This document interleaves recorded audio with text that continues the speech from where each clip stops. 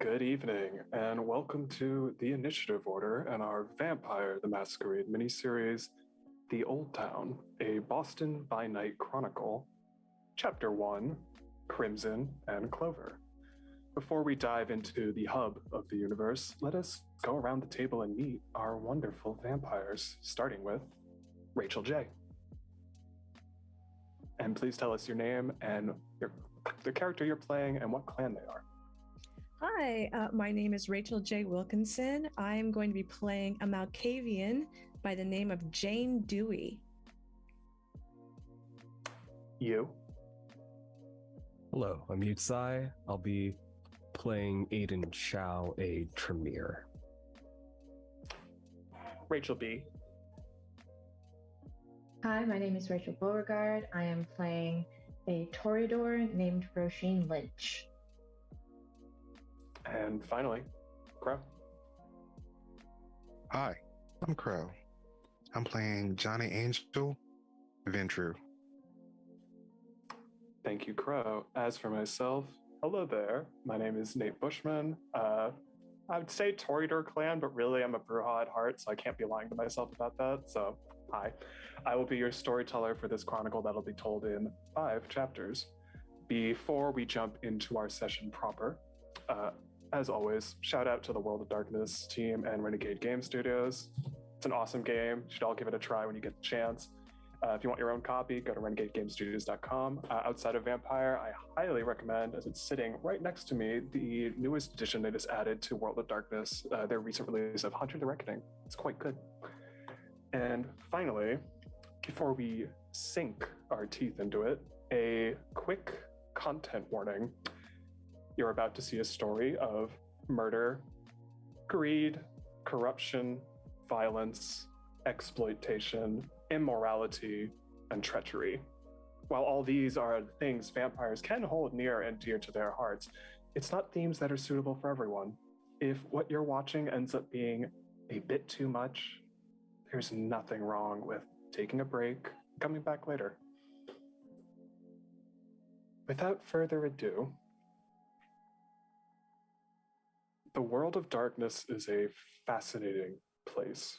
One location in particular is special, but it also asks a very important question.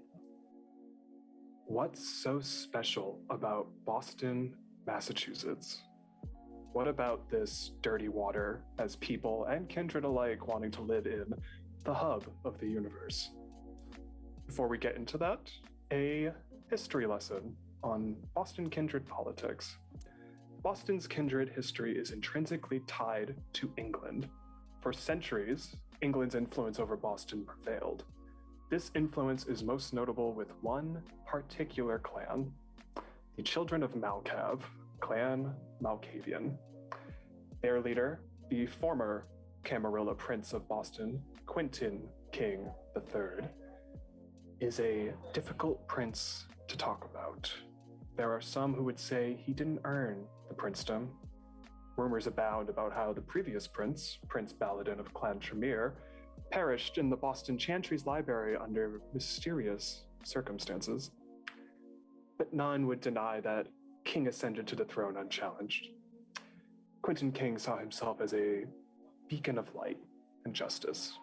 His court was a place of beauty. It became quite popular among the Toreador in the city, who considered him an ally, and surprisingly, even accepted his judgment on art. Now, King's court ranged from decadence to absurdity. There are some who were welcomed with open arms, while some were treated to a level of cruelty that this storyteller dare not speak out loud. Still, Quentin King and his court fought back against the immense Sabbat presence across New England and made Boston a haven for the Camarilla. As mentioned, though, some were not pleased with the prince.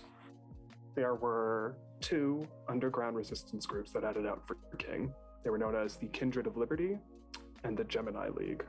The Kindred of Liberty worked to undermine Quentin King's rule, as they saw him as an inept ruler, one whose influence seemed swayed by British kindred abroad who had no interest in letting those in Boston do as they pleased. The Gemini League was more subtle, composed mostly of Ventru and a few Tremere. They utilized more financial means to subvert those who opposed them, as in real life, it's the same thing. Nothing hits more than going after someone's money. How did these groups maintain enough financial backing while conducting sabotage against Quentin King? That is an excellent question, one that the current prince, Hazel Iverson, would be reluctant to answer, but would most definitely present you with a sinister smile if asked. As the years went on, King's downfall seemed all but certain. Then an event happened that changed Boston dramatically, one that has changed Kindred society as a whole. The Beckoning. No one knows when it started, elders disappearing one by one, some unnamed force calling them away from their domains never to return. Quentin King supposedly is one of those elders, though no one is 100% certain if this is true, or if the Kindred of Liberty succeeded in snuffing him out. Either way, the Beckoning took hold of the elders, steering them far away, never to be seen again, causing a major shakeup among the powerful and ambitious Kindred still left in Boston. And in this shakeup, in the year 2014, Hazel Iverson of Clan Ventru rose through the ranks and was declared the new Prince of Boston. She has only been in control for a few years, but is already making strides to bring Boston forward into a new future. A future that sees a potential alliance with Hartford, Connecticut, one that would cement her rule not just as the Prince of Boston and Hartford, or rather the Prince of the Commonwealth, but as one of the most powerful Camarilla rulers in the country. Those who have met and interacted with Hazel can attest that she is methodical, calculative, manipulative, and will do whatever is necessary to ensure Boston stands as a united front under her rule. Whether the Kindred in Boston like it or not, especially our Coterie here and their domain in the heart of Boston. So to answer the question asked at the start, why Boston, Massachusetts? Boston is a city of rapid change and progress, both in the mortal world and Kindred society. And as our Coterie here will learn over the next few sessions, Boston is not as quiet or as safe as it appears. The Auld Towne has a way of making its presence known, for better or worse. Now, our story. This Coterie's story. Where does it start? What part of Boston do we find our Kindred in? We find ourselves north of Boston Common, located at the junction of Cambridge, Court, and one of my favorite streets to say out loud still to this day, Tremont Street, close to the eyesore of brutalist concrete that is City Hall Plaza. Initially, this area was designated as Pemberton Square, but over time changed to Scully Square, named after the building of the same name. Scully Square in the early 20th century was known for its theater, its vaudeville, its entertainment. As the years went on, the entertainment and debauchery got paved over as the city rebuilt itself with the now standing government center and the slab of concrete that is City Hall Plaza, sitting atop what once was Scully Square. Still, if you're looking for entertainment, a little fun, maybe some depravity, all you have to do is walk down Cambridge Street and you'll find it. The Crimson Clover. It's a nightclub of sorts, or at least that's what mortal society is led to believe. Roisin Lynch, if you don't mind, describe your club to us and don't leave out any details. The Crimson Clover, to anyone just walking by, they may think it's a kitschy, campy, themed bar. They may think it's similar to Fantasia from True Blood, that this is a place where goths go and nerdy fantasy people to have some adult LARPing. It's not untrue, but this is a veil to throw off any suspicion that it is, in fact, a bar, a nightclub for kindred, kind, pretty much anyone in between looking to interact, mingle in a kind of neutral ground. It's dark, red lighting. Everyone looks as you'd suspect for the most part. Lots of black, lots of gothic looking people, with the occasional tourists thrown in looking kind of lost, kind of unsure, maybe a little excited. There are back rooms you can access for an extra fee, whether that fee is monetary or gossip or an important secret. But the back rooms are places where vampires and mortals can get to know each other even more intimately without fear of being stumbled upon in an alley and without the need to hunt and risk one's life. There have been attempted raids that have been swayed, maybe bribed. Again, some with money, some with other offers. But if there's an experience you're looking to have, you can find it on the dance floor, at the bar, or in the back red rooms.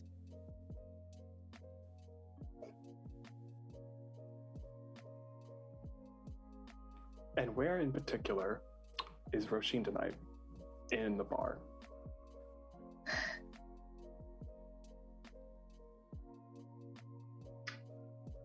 Roisin is probably in the alley behind the bar, having a smoke, texting people. She's a vampire who can smoke cigarettes. She doesn't really know why she does it, except she thinks it looks cool and it's not like it's going to kill her. So it also gives her an excuse to take 5-minute breaks once in a while and escape people asking her questions, maybe somebody who's in training and she doesn't want to deal with them. She's just keeping in contact with her higher ups, people who are keeping an eye on her, keeping an eye on others. And what does the Roisin look like this evening as well? Roisin is, because she works there, she's a toreador, so she's very much into aesthetic and beauty and always kind of trying to look like walking art. So she has her teal and black hair, her black lipstick. It's kind of how people find her. That's what she's known to look like pretty consistently. But she's in her all black, but somewhat businessy looking attire, so that if she does need to help with changing a beer keg, because we do serve alcohol, because it'd be kind of suspicious if we didn't. But she's, black, some black pants, a black dress shirt that's sheer, with her bra underneath, some leather accents here and there, and of course some moderately high-heeled boots for kicking out anybody who tries to create a disturbance in her club. And from where you are, we move towards where Johnny Angel is. And Johnny, what do you look like, and what are you doing at the Crimson Clover? Johnny stands 6'2", very built, boxer built, handsome, but looks like he's always perpetually tired and frustrated. Maybe it's a Ventru thing, maybe it's just a Johnny thing. He doesn't know, nor does he care. Basically, I think on this night, while the boss lady is taking a smoke, he's probably just hanging back in one of the lounges, sitting amongst a bunch of folks, listen to them whine and moan about like whatever problems that they prattle on about. He really doesn't want to. He doesn't want to associate or do whatever that whole social thing is, but he knows that's part of the job, and he knows that a certain toreador will get on his ass if he doesn't do it otherwise. So he just lets them prattle, and yes, I know, yes, yeah, stock market, yeah, whatever. And it's not just like stock market, it's like, as Roisin mentioned, there's also just random tourists in here every now and then, and it's like that mixed in with like, you know, you hear your pocket cars and have a yacht, that type of Boston everywhere, here, there, you can't escape it. Yeah. And it's the equivalent of just, the people are more than they need to be, but at the same time they're bringing in the business and the money. You even see a couple of them try to maybe strike up a conversation with you. He just goes, yeah, that's yeah. Oh, New Yorker, Bing Bong, yeah.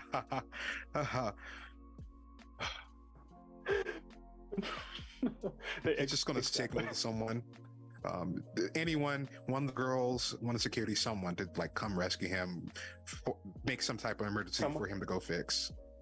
Yep, someone actually notices you do this. I would say in the club, it's a very well-known hand signature. You just do an exact, almost either snap of the fingers or raising the hand up. Yeah. And a woman walks forward, almost dressed kind of similar to Roisin, and she just walks right to you. She's like, Johnny, I need your help. There's someone up front. They're just causing a little bit of a disturbance. I need you to go help me take care of that. If you don't mind coming with me. Right. Yeah. Sorry. I gotta go. Duty calls. This was riveting. You stay. Where the fuck? Okay. And he just walks off. And it's like they try to say something in mid-sentence, and you just bolt away. Yeah. Yep. Where is Jane this evening? And what does Jane look like? Jane is a mousy sort with her buttoned up cardigan and her pinned up hair. And she is either, let's put her in the club. Let's put her doing some work. She's doing inventory. So she has a little clipboard in her hand, and she is in the basement, in the cellar, in the wine cellar, inventorying the bottles of wine, the kegs of beer, anything that they needed, but keeping herself very busy and not talking to anyone and just doing detail work. And no one actually, you're pretty much left alone, I will say. You're, as you said, doing inventory. I look incredibly boring. Now I'm curious, in what way are you dressed? Like, in terms of how you describe yourself as dressed boring? No, I mean, it's just, very, she has this sort of slight secretarial, school marm, librarian, you have all of these club people around in their incredibly sexy outfits, looking beautiful, and Jane just isn't. As you're just cleaning the caskets, I will say it's interesting. Because obviously you know what this establishment is, what types of people it caters to. There's everything from, as you said, regular beer. I mean, it's Boston. There's enough kegs of Sam Adams probably to last a lifetime. There's also what I would describe as a section that's just called the vintage section. And deep down, it's not wine. Like, it's beautifully bottled, delicious Vitae, where if you want, or even regular people's blood, it's a mix. Some of them are actually labeled specific vampires, like this person likes this one, don't touch it, only give it to this person who comes into the club, this or that. And then there are some bottles that don't even have labels on it, and you're not sure if it's mortal or kindred. Well, cataloging those would be extremely interesting. Yep. And they have their coloring on the inside is so dark that you can't really tell. Like those bottles look like they've been down there a very long time. Hmm. And finally, Aiden, what do you look like? And whereabouts are you, either at the club or are you not at the club? Let us know. Aiden is a young Asian American man. He usually dresses to be as inconspicuous as possible, so usually some kind of like tech cargo short pants, things that he can stash little gadgets and tools in. Sweatshirt, comfortable, usually darker colors. And currently he has broken into the dean's office. Whereabouts are you looking for in the dean's office? Well, he's been contracted out. Someone wants the financials for the university. He doesn't know why, but he's getting a lot of money to do so. So he is breaking in, getting onto the computer, and trying to download that information and get out before anyone notices. We get to have our first roll of the night. Give me dexterity plus stealth, because I want to know how stealthy you're actually being. You mean I can't just speak it into existence? All right. Nope, not this time. All right, let's see. I do have a specialty in breaking and entering. Does that count? You can add 1 dice to that. Yep. Awesome. So for those watching at home, because it's fun to learn along, pretty much the way roles in Vampire work is we have attributes, which are broken down into 3 categories of physical, social, mental, and they are rolling an attribute with a skill, and it's all d10s, and it's all about whatever you get, how many successes you can get. So how many did you get? Do I have a difficulty or? I'm gonna say, because there's really no one there at this hour of the night, I'm gonna say it's a difficulty of 2. The storyteller will be nice. Thank you for being nice. My dexterity is 3, my stealth is 2, and with my specialty of breaking and entering, I get to roll 6 dice. Yep. And I have rolled 2 10s. 3 successes, 1 10. Oh, so I'm going to say you've done this before. This is nothing new to you. You also picked the perfect time at night. Just be like, no one's going to be on this campus, so like, I don't have to worry about it. And yeah, you're in the dean's office. What are you looking for specifically again? If he has a filing cabinet, I can grab the files. If there's a computer, I would like to try to hack the computer. You see both. There is a filing cabinet right next to the desk, and the computer, if you even like just quickly like pressed on the keyboard, it lights up. It does ask for a password. That's gonna be tricky. I'm not as good as a hacker, which I'm going to school for computer science, so hopefully that changes. But no, we'll go for the filing cabinet. Sure. How long? I'm gonna say you take a few minutes just to like go through it. And what name are you looking for specifically? Just honestly, it's more of like the financial plan for the university, yeah. Their budget, who they're getting money from, if they've taken out money for grants or such, and where the grant money's going. You find a folder that is not in, when you pull the drawer out, it's not actually like one that you dig through. You notice this folder that's tucked in the way back, that's almost laying flat to like the filing cabinet. So like it has files on top of it. And it has, when you open it up, it just goes over sort of budgeting, but it's not the normal type of budgeting you'd kind of imagine. It's kind of talking about different things of just not so much cutting costs here and there, but also there are some things that are clearly being kept off the books and they're not being discussed with other people. So it's more of a, if you see this, you're part of a group of people that are maybe 1, 2, maybe only 3 people in the entire university who knows what the hell the money's actually going towards. All right. Do I see any student loan papers in here? Oh, 100%. I'm gonna grab those 2. And you grab them, and let me do something.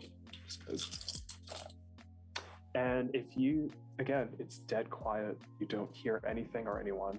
Okay, I'm gonna hightail it out of there. I'm going to drop off the job at the dead drop site, and I'm going to burn the student loan papers. And you do that. Your dead drop is not that far away. It's pretty close. It's I'm not going to say it's incredibly close, but it's close enough where you could probably just walk there. It's within, actually, I'm going to say that, yeah, it's within Boston Common itself. There is a little, you find this bench, and it has like, you notice like, because you were hinted into this, there is a piece of concrete that if you want, you can lift it up and just drop something in there. Just At this hour of the night, like when you do that, there's not that many people walking around. Like it's just this kind of nice September evening in Boston. we're getting to fall, my favorite season. And like, because Boston is such a college town, obviously there are college students all around, but this particular part of the Boston Common, it's pretty empty. You maybe see two people off in the distance, but overall it's just, you kind of just take a second to look up and you see all the buildings that surround the park itself. And it just is this weird calm. Back at the club. Roisin, are you back in the club now after your little break? Yeah, I'd be going in, checking in with bartender, maybe checking in with Krow and seeing, any problems, anything interesting I should know about. I will say you see Krow is at the bar and one of your employees, they're having a conversation back and forth. Krow, they're just looking at you like, I'm so sorry. It took me a little bit to catch the hand signal. I don't, apologies about that. Sometimes, the tourists can be a lot. So Johnny just looks at the person. Yeah, no, it's fine. It's fine. Listen, do me a favor. If you see me hounded by every tourist that wants to see the leaves change in Boston, could you please just, I don't know, extra drinks, something special, wham bam, thank you ma'am, get them out of my space as quickly as possible. That is all I ask. I just need some space. I will make sure of that next time, I promise. Thank you.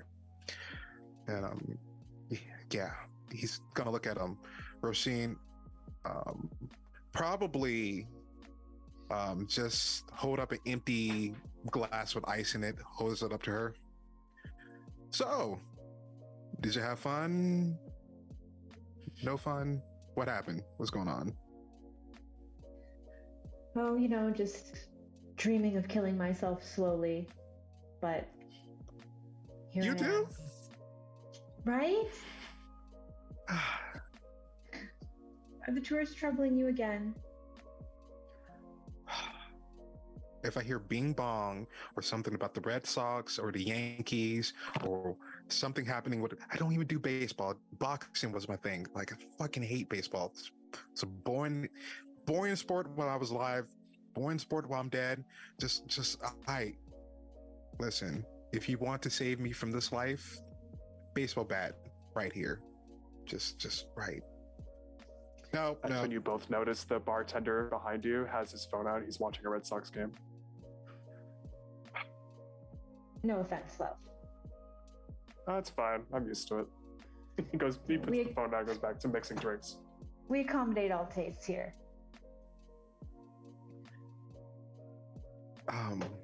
Yeah, everything's fine. Security, the guys have made sure everyone is on their best behavior. I haven't shooted anyone or fighting anyone, busting their heads, unfortunately. Don't ask me what Jane's doing or the other one. In fact, where is the other one? I haven't seen him. He had personal business to attend to, I think. I try not to ask. I try to keep up some semblance of plausible deniability, but Jane's off doing administrative stuff, and that just leaves you. Are you going to make it? Do you need to go home early?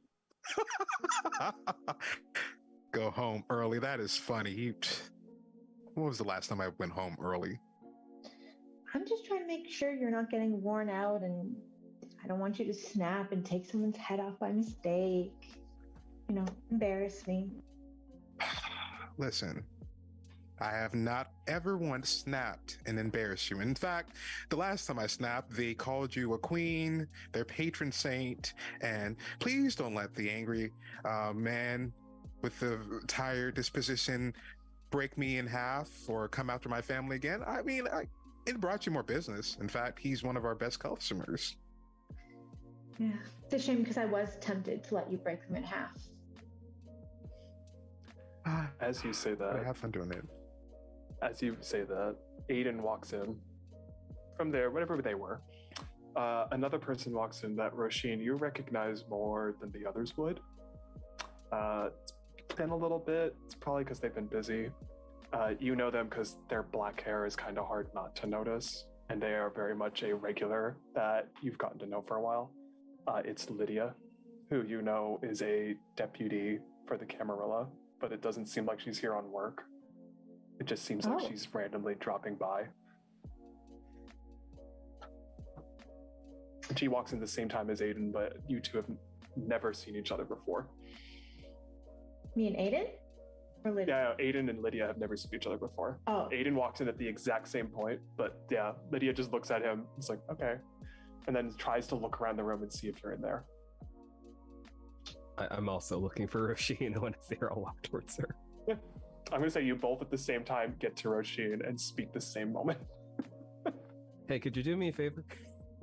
I would absolutely love to consider the possibility of doing you a favor if you want to head towards the back where we can talk a bit more quietly and you can, fill me in as to what you've been up to tonight since we're here. I have to talk to my good friend Lydia, who I haven't seen in feels like an age. But yeah, Aiden, if you wouldn't mind. Aiden's thinking she's using that tone again, and he knows better than to argue, and he'll just walk over to the back. Hi. As Hi. he says to you, Roisin. It's been a while. I know, you look great though. Oh, I know. And she's dressed long black hair, the most stereotypical looking leather jacket you could probably ever find. She has tattoos all around her neck, and then if she even had her hands physically seen, like you could see tattoos are just everywhere. They just go up and down. It's like, yeah, I just wanted to, do you have a place we can talk? Yes, I absolutely. Of anyone. I know you're probably busy. I know that. I just wanted to see, though, if you're available. I am never too busy for you. If you wouldn't mind, though, I will set you up in a private room where I will join you shortly.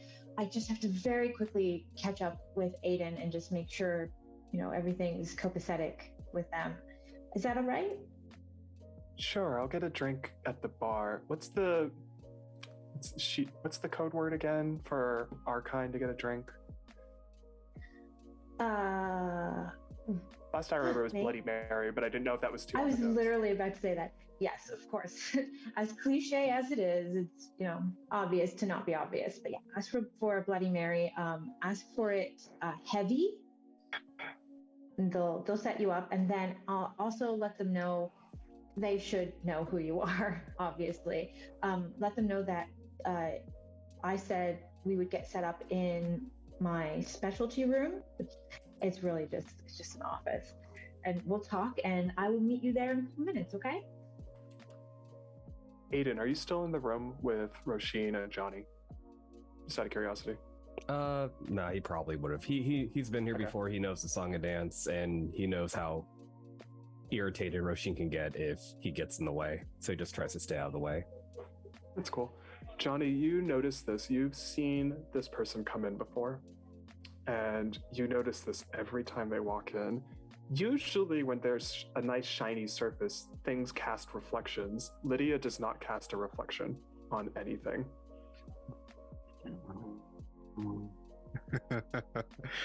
Oh boy. Oof. Just a fun thing to think about. Yep. Not going to ask her any questions about that. And she actually she takes a seat at the bar, does the exact order Roisin brings up. Bloody Mary, make it a little heavy on the side. And the bartender just gives this knowing wink and nod. Jane, are you still downstairs cataloging? Taking inventory? Yes, and I am particularly interested in the special vintages and who might be among the special vintages. Ooh, let's do... In the moment, I'm going to say do a... You know what? Wits plus investigation. I also have deduction as a specialty, but I don't... You know what? You may add a die to that. I will allow that. Oh, let's see. Ooh, rough. What was my success? What do I need to get? How many successes did you get? Oh, do I have to get over a number? Just tell me how many you got. It's fine. 0. Oh. Fun learning experience then. If you want, we all have a thing called willpower. You may spend a willpower point to reroll 3 regular dice that have not succeeded. All right. One of them cannot be your hunger dice. So hunger dice you can never reroll. But if you want, you can spend willpower to reroll. It's because I didn't have my glasses on, and now I have 1 success. I'm going to say that's enough. One of the bottles, it's just like the label just has a bit of dust on it. And it's just like, what? Like, how is this much dust happening down here? I mean, come on. When you wipe it away, you see that it actually says something rather surprising, because this bottle's probably been down here quite a while, and it says, "For the king." Curious. And also, with that reminder, because I forgot, can all of you give me a rouse check? Because I forgot to do hunger. I got lost in the moment. You're gonna roll just a straight D10 if you let me know if you succeed or fail. Did not do well. Your hunger goes up by 1. So for all of you, I'm gonna say, just because it's the start of a new one, I want to be generous. All of you started at 0. So if you did not succeed on this roll, your hunger goes up to hunger 1. But yes, for Jane, yeah, when you see that it says king, like the reaction you had, it's like there was only one person in this entire city who had that name or would ever used that title. And this bottle looks like it's been here a very long time, even maybe before the establishment. Yeah. Then no one will miss it, and I slip it into my handbag. You know what? Now I'm curious. Do you just leave it in the handbag, or do you even decide to pop it open and give it like a No, whiff I'm not gonna. taste? No. I'm not gonna pop it open. But it's very dusty. No one's paying any attention to it. I have a nice shoulder bag. I'll just pop it in my shoulder bag. I will also say, close to that bottle too, you see the ones that are clearly designated for Prince Iverson, and then it even has a couple labeled out for members of her court. So clearly, Camarilla does like to visit every now and then, but either not sure the frequency of their visits, but like clearly if someone were to visit, they're being well supplied. And no interest in touching those. Only this one. Oh yeah, that bottle's a good one. Back upstairs, Lydia goes exactly to the room you specified, Roisin. And my question for you is, what does the room look like? Is there a color designation to it? Like, is it a red room, a blue room, a purple room? Being that it's the room I tend to use for like performance reviews and things like that, it would probably be like a teal. And it's, it's just probably LED lighting. So when it's in use for me, then the lighting goes teal, so people know that I'm having a conversation, not to interrupt, not to double or anything like that. She gives you this look when you enter. Is this like no one can hear us? I would, yeah, like above board, yeah, right, like, yeah. Oh yeah, don't worry. I mean, not that I'm going to be picked up on anything anyways, but I just want to double check. One, again, hi, it's been a while. I know. I can say this because Johnny's not near you. I've missed you. It's been a while, and I wish I could visit more often, but things have been crazy. Not to alarm you, but there's probably going to be someone from the tower coming here in a few minutes. While I certainly appreciate the warning, for the love of, God, why? I don't actually know. I think he even has a reservation for one of your rooms. I'm kind of here as a safety measure. Oh, is it under like a different name? No, he used his name. It's the Primogen for the Tremere. His name's Dijon. you can't miss the guy when you see him. Like, but yeah, apparently he's requested, like, I think it's called the Blue Room, the one where, it's for like it's quiet discussion. I don't know the thing. I haven't been here in a while. Sorry. It's okay. I can't expect you to keep up with everything you have going on as well as what I have going on. Yeah. The Blue Room, yeah, that's for pretty private conversations. Yeah, I don't know what's going on, but I wanted to give you a heads up before they got here because I had no clue if you knew about this. I feel like I should have, but running a business, sometimes things slip through the cracks, and maybe somebody will need to be fired for not taking initiative and helping me out with that. But at that exact moment, you hear, because the Camarilla has a very strict stance on technology, you hear the oldest of old school things of like a beeper going off, and Lydia just looks at it, and it's just like, okay, well, I hope you're ready because I need to go out front and make sure they're secured because they're apparently here. And she just gets up for a second, and as she walks by you, she does something that either Roisin likes it or not, I'm not sure, but we've talked about it a couple times before this. She walks by, places the most gentle of kisses on your cheek, and just says, I miss you, it's been a while, and just walks out the room. When Jane, you're done checking inventory, do you go upstairs? Yeah, sure. In fact, I am probably going to be taking whatever the records are to the back office where we have Aiden waiting patiently, I think. And I would say, yeah, you walk to the back office and there's Aiden just waiting patiently for Roisin to come in, whenever Roisin decides to, by the way. I will go there immediately after Lydia walks out. Like, I want to kind of like walk across the back of the club so I can like keep an eye on the door and just like peek my head into the office to where Aiden is.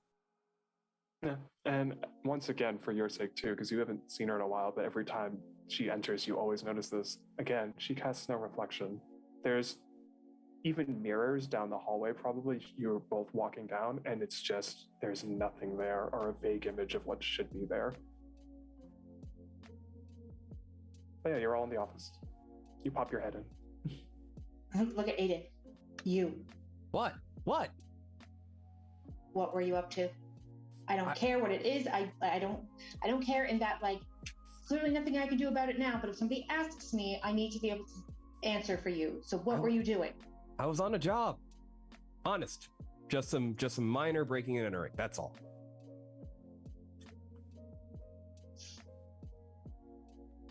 Oh, speaking of which, pull out the sheaf of student loans. Can you have one of your guys, like, burn this in a fire? Because if what Johnny told me is accurate, I would freak out if I saw the fire. So I think this would be better safe than sorry. Snatch the paper. On one hand, I appreciate the intent, but we have bigger things to worry about than this right now. And you like put it in like a drawer in my desk and slam it. Like, I will deal with that later. We have people. Tremere from the Camarilla is showing up any minute. I need you to be inconspicuous. I need you to behave. Can I just leave? No, because if they ask me about you, again, I need to be able to be answerable for you. So you can sit here, and once they're gone, and it's not you that they're here about, I can confirm that, then you can leave. And I turn to Jane. Inventory. Done. It's yours. Where would you like me to put it? Just leave it on my desk. Nate, can I roll? Like, would I be able to see tell if she has the vintage? Yeah. Wits plus awareness. And I will say for Jane, because I like the idea of an opposed roll on this. Subterfuge plus, what do you think would work best? I trust your input. What about wits and subterfuge? Let's do that. Wits plus subterfuge. I want to see what you both get. Whoever gets the most successes. And remember, if you get two 10s, please let me know. And I roll the hunger. So you roll one of those dice will be your hunger dice, and then the rest will be standard. If you have hunger. Yeah. I have 2 successes. That's 2. And Roisin, what do you have?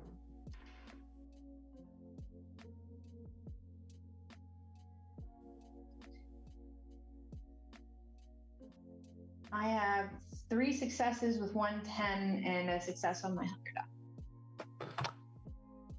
You notice sticking out of Jane's, was it a handbag, purse? If you don't mind me It's a asking shoulder bag. She hears it clanking shoulder against bag. her keys. You know, it's like Yeah, you hear it clank. clanking against the keys, like the distinctive sound of a bottle. Were you planning to pay for that or? Pay for what? Put it back, and then I'm gonna leave. Ooh, someone got caught. You know, a professional would never let this happen. Well, I'm still practicing, right? I'm supposed to learn from you. Right. Actually, about that, quick thing. Johnny told me something about boons. And you know how you've always been telling me you owe me one for getting me in this mess in the first place? Yes. I think I know a way we can resolve that. Oh, really? So I'd like to explain boons, which is, I believe, the favor system of vampires, and how Yeah. he'd like to request that Jane owe him a minor boon. Happily. Yeah, totally. Happily. Like, I Yes, of feel like course. I would have gotten caught eventually, but And in fact, would you like to earn a second minor boon? go on. Would you get this bottle in a place where I can pick it up later and not get caught?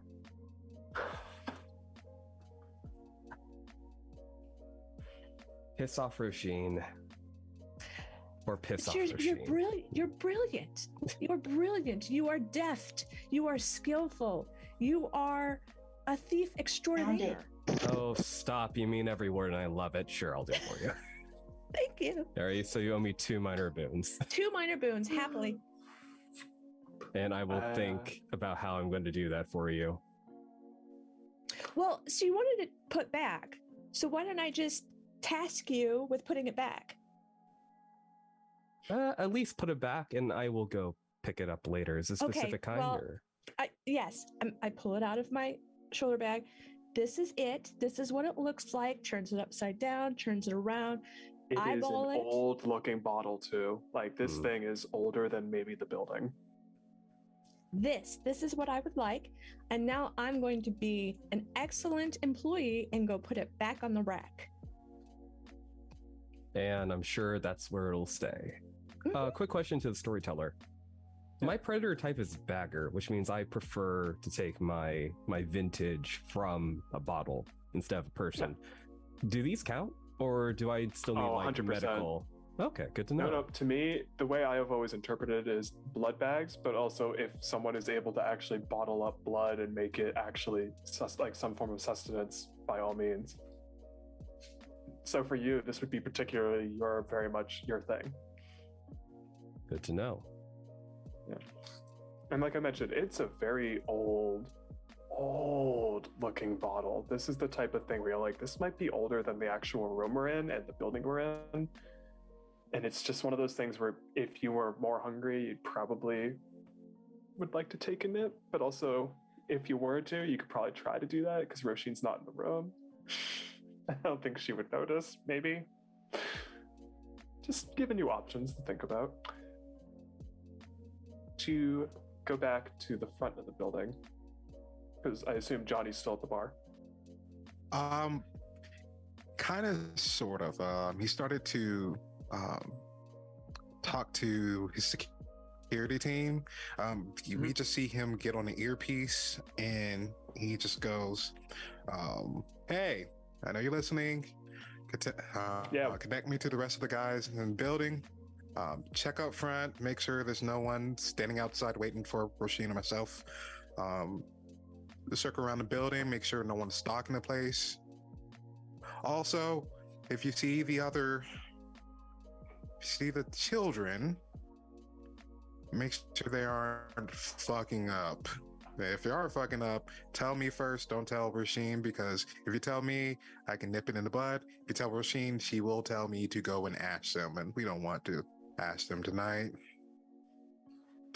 And you just get a quick response of understood, everyone. And it's just an exact order of everything you just said being repeated just for the sake of repeating it. And then you can see your team, literally a couple of them moving up front.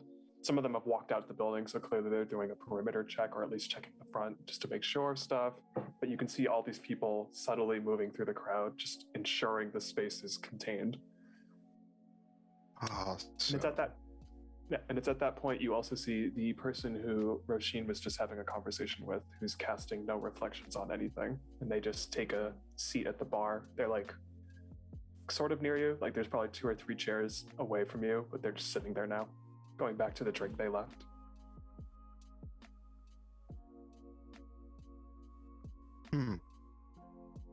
I think Johnny is going to go take a look at them, but not directly say anything to them. Look back at the bartender. So, you're meeting with the boss lady. I hope it was riveting to your liking. It always is with Roisin. Good to hear. I don't think I know you. Or maybe we've met before, but it's also I've been out away for a bit. My name's Lydia. J Angel. Hi. Oh. He just extends his hand. And she does the thing of like, she takes the hand, shakes it. It's like, ooh, firm grip. I like that. And again, when you notice too, when you grab her hand, like she's covered in just head to toe tattoos everywhere. Even the fingers have like everything. Same. Some of his kind of probably matches a little bit of hers. There's a few crime family tattoos, and instead of it looking like that grainy black and white traditional ink, a lot of it is like a mural of crime family tattoos. It's colorful, it's theatrical, but you can tell he's definitely been involved with some shady characters, if you could tell. She's noticing, like, after the handshake, she's looking at your hands now and like your tattoos very intently. It's like, that's some good ink. Yeah.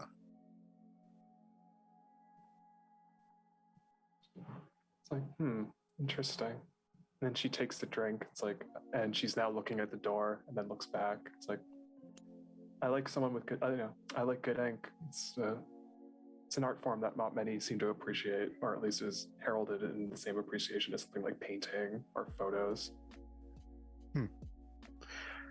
I'm not a big on art, but if it's going to be on my skin, I'm going to make it look at least like something you might see in a museum. She smiles and reaches into her coat and pulls out a card. It's like, well, not that I'm assuming our kind can really get any more ink on us, but if you know of anyone who's interested, and she just slides this card across the table to you. And when you look at it, it's her name, tattooist or tattoo artist, and it's listing a location out in Salem, Massachusetts. It's like, if you ever know anyone who needs ink, it's kind of my thing. Gotcha. Ooh, spooky. I like it. Yeah, gotta go with the whole witchy vibe. Okay. And as you I see why. And as you both say that, yeah, and as you're both having a conversation, all right, Aiden, are you still staying in Roisin's office or in the office area? Or do you come out more into the club? I would wait until Jane gets back, and then having thought of a plan to get the bottle out, I would then attempt to get the set up to get the bottle out of the place for later. Jane, do you bring the bottle back? Yes, I do exactly like I was told, and I put the bottle back where I found it. All right, we will get back to that. I will not forget that. We're going back to the front where Roisin, right as you get to the front, you see Lydia and Johnny having a conversation, but then Lydia turns her chair, and in from the front door walks obviously it's a person. They have on a very nice sort of like fedora, like the type of thing, like it's not new. This is something that could have popped up from like the 40s almost, if you want to look at it that way. They have on a very yellow, almost tweed looking blazer. Like they are, the best way to describe it is if this was a jazz club, this person is the best dressed person at the jazz club. And you can hear from where Lydia is just sitting at the bar. It's like, and she, well, actually not here. She looks at you and just points at the door, like trying to signify, like, that's him. That's the big one. That's who I'm here to check the space for. And if you go to the, yeah, go ahead. I was just going to ask, with my like social, like my politics, would I know if this person would want to be like kind of fawned over when they arrive, or what should I just let them be? You would know that they probably want to be left alone. Okay, like so you could probably say hello, but that's about it. I will not hide, but like maybe attempt to make eye contact to acknowledge them, but I won't go over. You are able to lock eyes with them for the briefest of seconds, and they don't say anything. They tilt their hat to you as the person who is the hostess at front, it's like, starts leading them down the hallway. Just like, oh yes, I'm going to take you to the blue room. It's a very nice room. And they just walk down the hall. And he just gives you a very up and down quick look and just gives you another head nod. He also notices Johnny and Lydia at the bar, also does a head nod. I would say, Johnny, you would recognize that this is also one of the bigwigs at the tower, as it were, one of the head Tremere of the city. Yeah, John is going to give a head nod. He's going to look over to see if he can see Roisin anywhere. Yeah, you see Roisin is directly across from where the bar is. He's not going to say anything. He's just going to give a slight signal that security is around, blue room secure, and then finally, staff looking at babies. She would know exactly who he's referring to. I love that we're calling them that, even though they're probably about the same age as us, but they're social babies. Yeah. Great. As I'm going to say, Jane, you put the bottle back. I would assume you go back upstairs, but I don't want to make that assumption. Oh, no. Yes, of course. Do you go into the bar proper? Oh, where's Aiden? I would be waiting to hear you walk past, and then when I effectively, that's my signal. Like, okay, let's go steal some wine. Or all right. vintage. So as Jane walks past the office, she gives you a. That's not a thing we do. Sorry. I'm gonna you know what? I'm gonna do this because I don't feel it should be that easy. Roisin, if you want, I will let you roll wits and awareness. If you get above 3 successes, you will notice Aiden goes down into the sewer. You're gonna get grounded and sent to your room. This is how we got in this mess originally. You understand? Yeah. We're repeating history because we can't learn. Because we're monsters.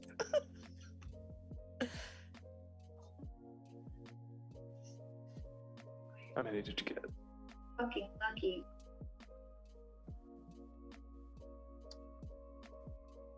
I failed on everything, including my hunger die. So, man, on your hunger die, you didn't get a 1, did you? It's just a straight no success. 5. Okay, just checking. Keep in mind, if you get 1s on your hunger dice, I would like to know that just in case, because that's always interesting. Yeah, you don't even see Aiden go down. You see Jane, you see Jane enter the bar, but you don't see Aiden go down at all. And yeah, you're in the bar proper. If you want a drink, you can go to the bartender and get one. Sure. I will saddle up to the bar, order myself Bloody Mary heavy, and just peruse the surroundings. Ooh, give me a wits plus awareness roll.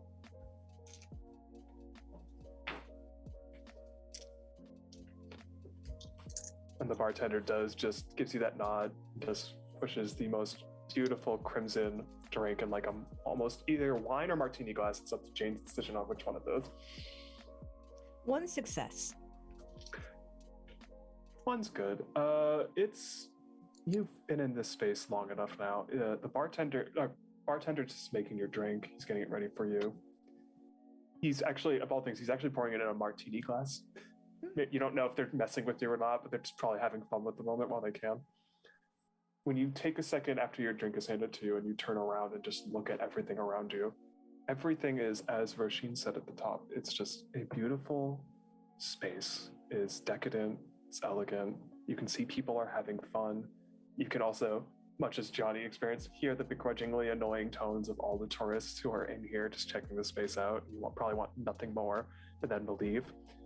What does catch your attention, because even with one success, this would stand out. Someone enters from the front door. Their outfit is extremely eye-catching. It is blue from top to bottom, and it's not just blue shirt. It's like this is a blue suit with blue pants, crimson shoes, and they have on sort of the most ridiculous thing you've probably seen in a while. They have this ostentatious red fedora on that just stands out. They look like they walked out of a mob movie more than anything. And I'm going to say, if you can hear them from the front, because the bar is not far away from the front, you just hear them say, and I'm not good at French accents, so you have to imagine that for yourself. You hear them say in a very French dialect, yes, I have an appointment I believe at the Blue Room. And Roisin, when you turn around, you see the person, and you don't need to make a roll because this is now one of the many times you've seen this person before, except it's your first time seeing them in Boston. The woman before you, you've met before or have seen her before in Salem.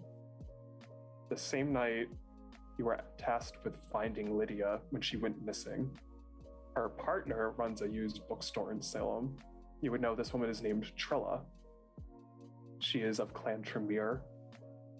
And with that, we're going to take our first break, and we'll be back in 10 minutes. Stick around.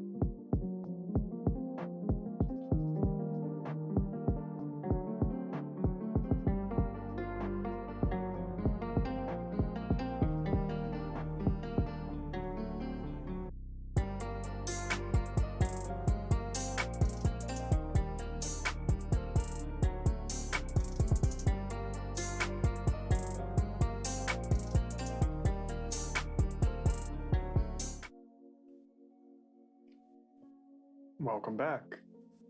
As we left off, Roisin, you turn around, and as Jane noticed walk in, now as you notice walk in, there is a very familiar person who you've never really talked to, but now you've seen them at least twice before. They mostly reside in Salem. Their name is Trilla. Lydia has some association with them. You're not really sure what, but you know that the minute they walk in, like, this person normally is not in Boston.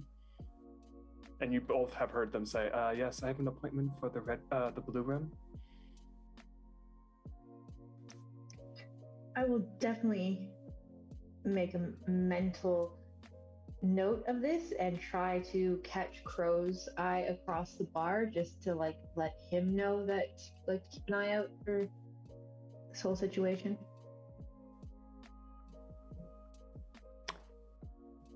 Sounds good.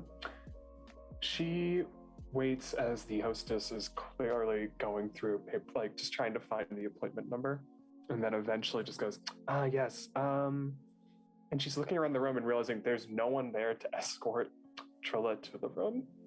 Oh, I will recognize the panic and walk up and... And you walk up, and as I mentioned, again, the most distinctive red-looking fedora you've ever seen in your life. It's like saturated, vibrantly red. And it's just this beautiful, almost like blue. It looks, actually, when you get closer, you're realizing she's not wearing a blazer. It's a blue pantsuit that's pinstriped with red, vibrantly crimson red heels. I'll walk up with my customer service face on. Trilla, right? Yes, you look familiar, but I cannot remember why. I'm sorry. That's okay.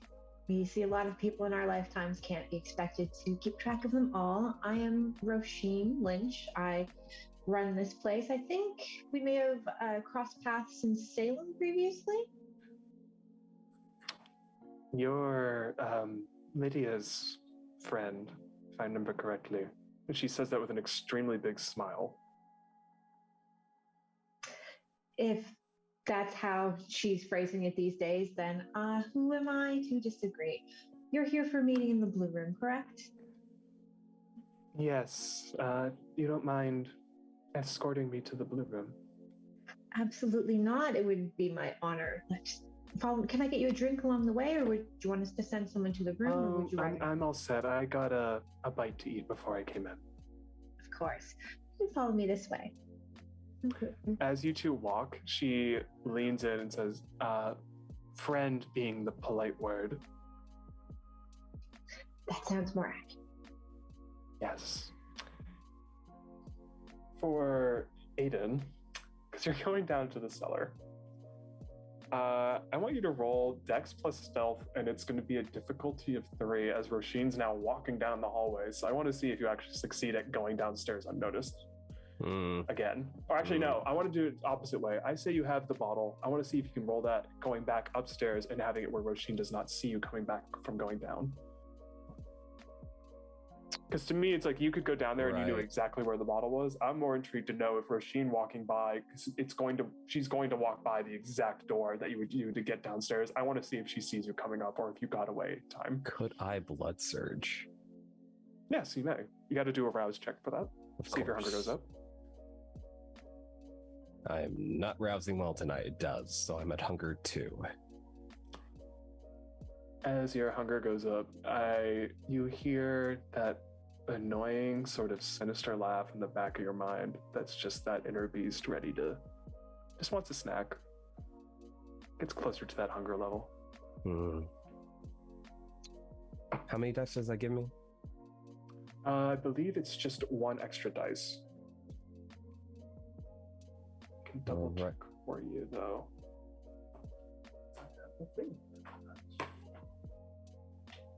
Nope, that's not right. Yep, just 1 extra die. Okie doke. Stealth plus Dex. Yep. Hey, that's a good roll. 5 successes. You're out of there before Roisin would ever even notice you were downstairs. And I'm going to say with even that 5 in the stealth, if if the bottle left any sort of like imprint on the shelving it was in, it's not noticeable. They'll never notice it's gone. Yeah. All right. And out of curiosity, where are you going to drop the bottle off for Jane? Depending on how the bar is set up, I had a few different ideas.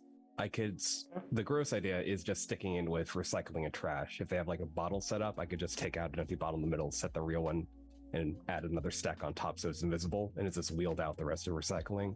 I could literally wedge it in the food and compost. Gross, but it'll get it out of there, and the food waste will cushion it if they throw out the dumpster.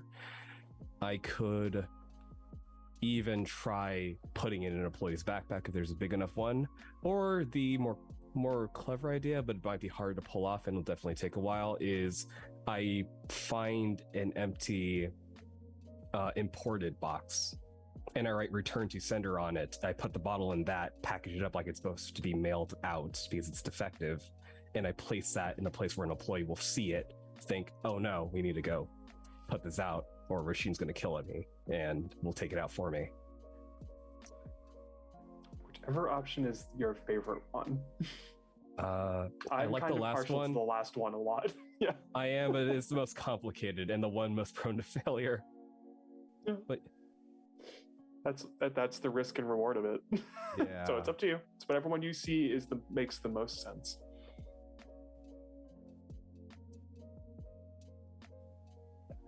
No, if it was for me, I could wait, but this is a favor, so I need to make sure this is done quick and right. So I'm going to go with the food compost.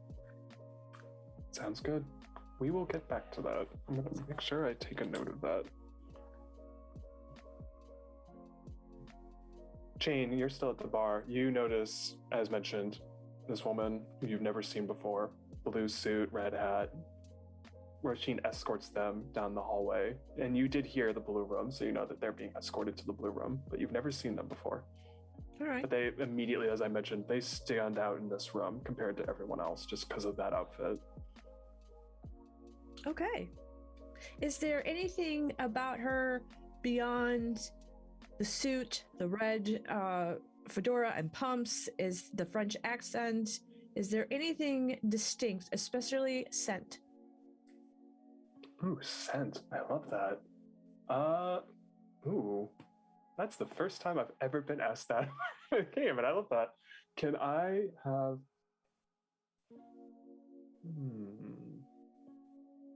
Wits plus insight.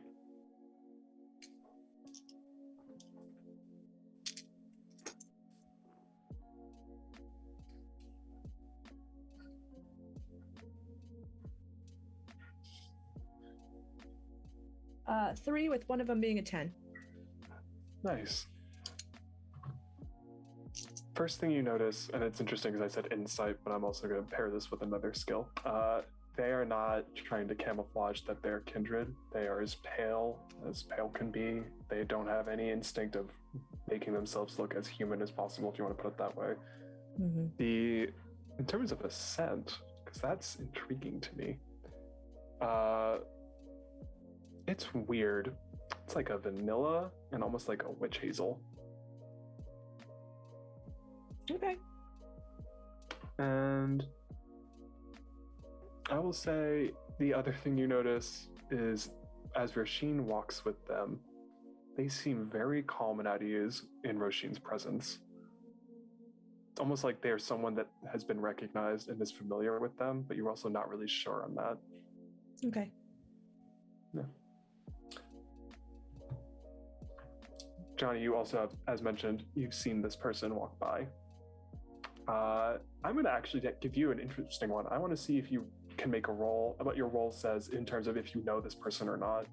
So I'm going to say intelligence plus awareness. Okay. Because you've worked with Roisin longer than Jane and Aiden, so I figure you never know. Roisin might have mentioned the name before, and that has an in passing thing that's happened to them. And I would say for difficulty, because I'm trying to remember to always do that. Sorry about that. Difficulty 2.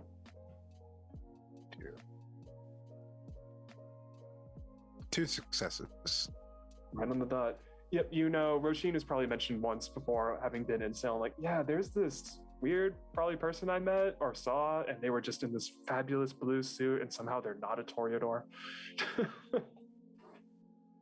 But their hat is the most, like, I've never seen a hat like that in my life. Johnny's gonna clock that. Yeah. And he's going to recognize that with the additional details of what Roisin has told him. He's going to get on the earpiece, and hopefully Roisin has it on. She might have it on. She might be wearing it. She might not wear it. It's like a gamble. He's just going to go signal if you want the lights on, lights off, and the eyes and ears watching and listening.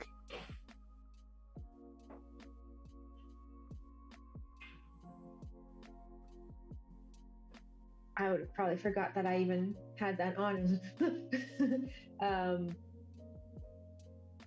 I'll try to somewhat quietly, just Secret Service.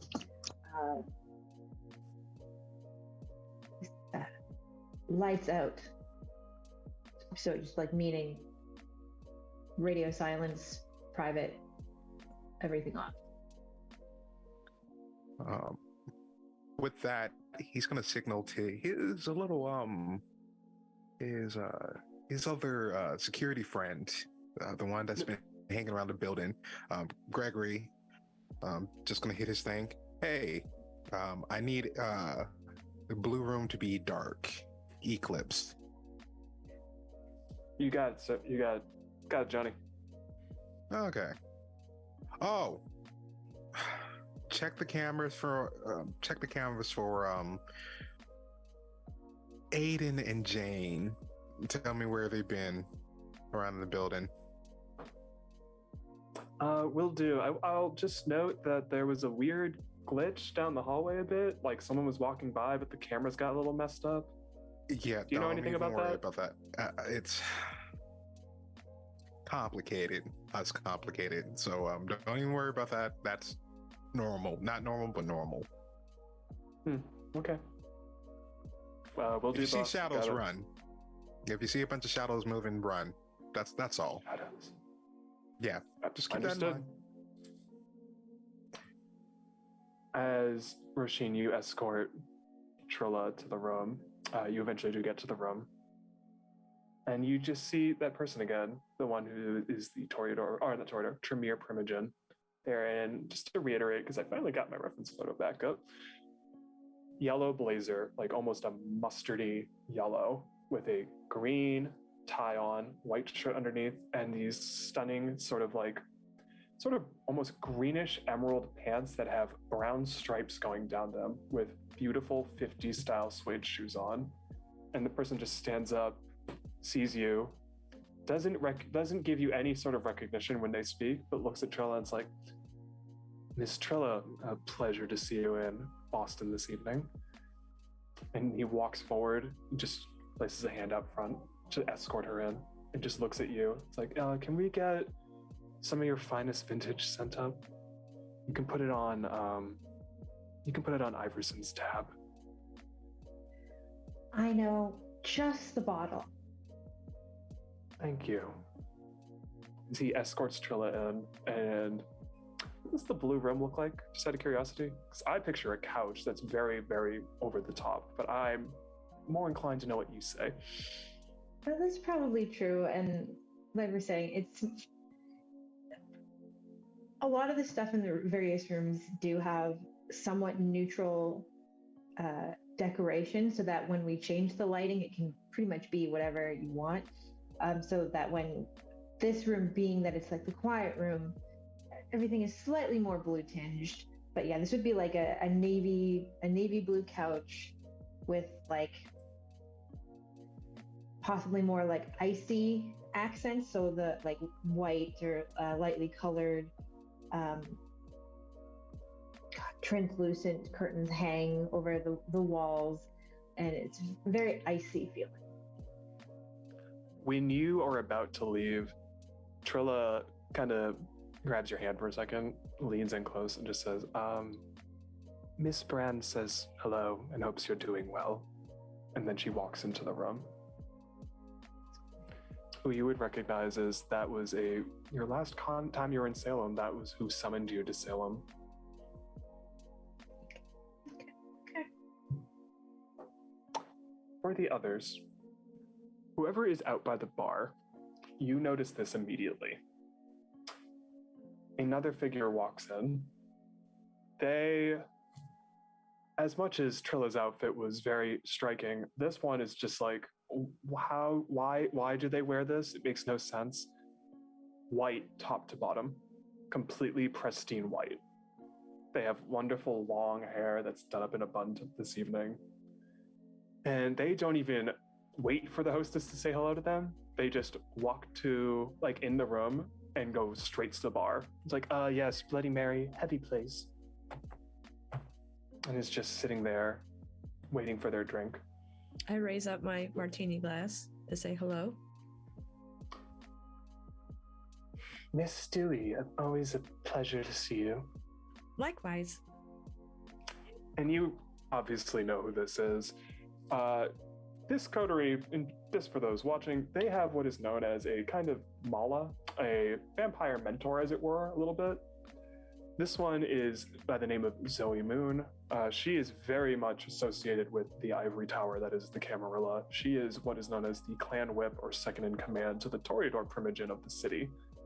And that you know of, she had no appointment tonight, nor was she at all letting any of you know that she was just showing up. She's just here. It's like, you look well, Jane. Thank you. You do as well. What brings you here this evening?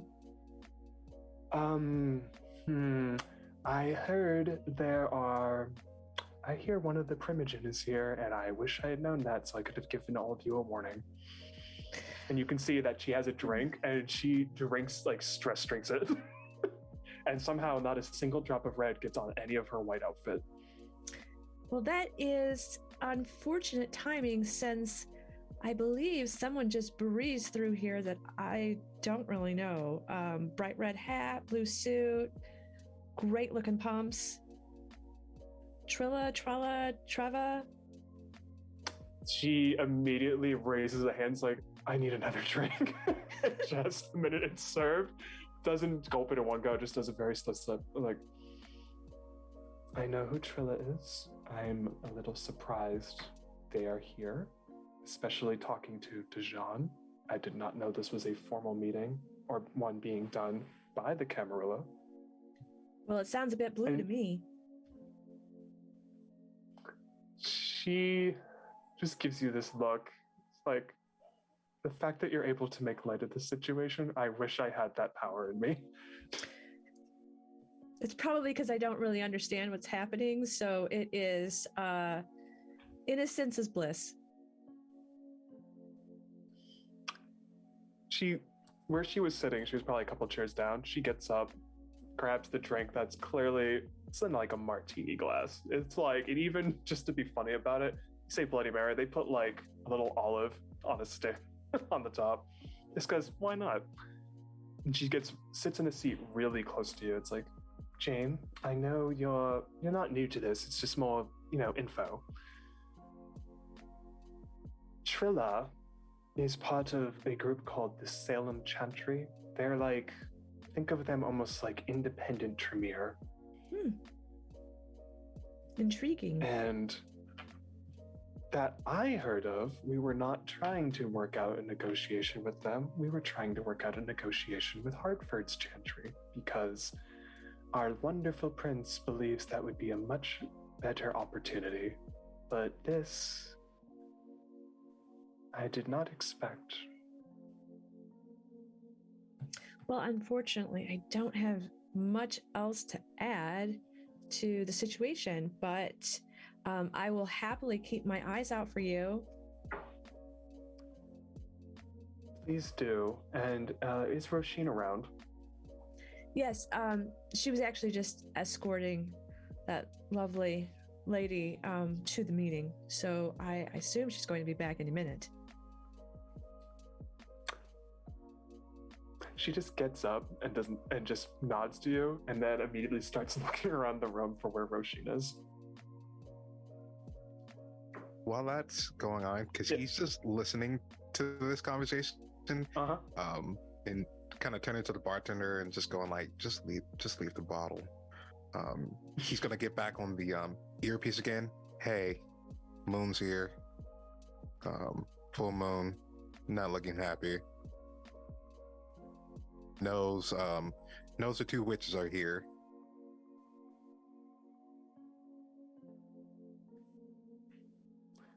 Before we get to He that, just looks so fucking stressed. okay. Yeah, I was just gonna say, just like if you could sweat, it would probably just be a red drop going down your face. Yeah. No. Aiden, now that you've, I would say, very well hidden that bottle, what do you do now? Okay, bottle secured. I can pick it up later and wash it off before delivery. Roisin told me to stay out of the way. But it's so boring just sitting in the office. I mean, I'd be out of the way if I broke into the security office and just watched everything on the cameras. That'd be cool. All right, if you want to do that, I'm not going to say no because that sounds fascinating to me. If you're going to break in there, can you do, let's see, composure plus larceny? I am very good at larceny. Yep. So if you're going to break into that room, I'm going to say it's locked at the moment. I have a specialty in lockpicking. You may add a die. Yes. What's the difficulty? Oh, this is going to be difficulty 4. Ooh, this is gonna be close. Yep. All right, I have 6 dice rolling. Oh, whoa. I got 5 successes because 2 are 10s and one of the 10s is a hunger dice, so I believe it's a messy critical. Yay, my favorites. All right. So, because this is the first thing that came to mind, you're lockpicking it, and maybe you get a little overconfident, and you can tell you're getting closer and closer. The thing, though, is when you get to the last one, you do unlock it, but in your excitement, somehow you don't register that you fling your hand up in just excitement, like for random reason, and you literally have broken the doorknob. So you can open the door, it's not going to close again. It's going to be 100% noticeable that it was broken and due. I can fix this. Roisin doesn't have to know. Well, I'm not going to fix it out here in the hall. I'm going to go inside and shut the door. Yep, you shut the door. Well, shut the door. Shut the door.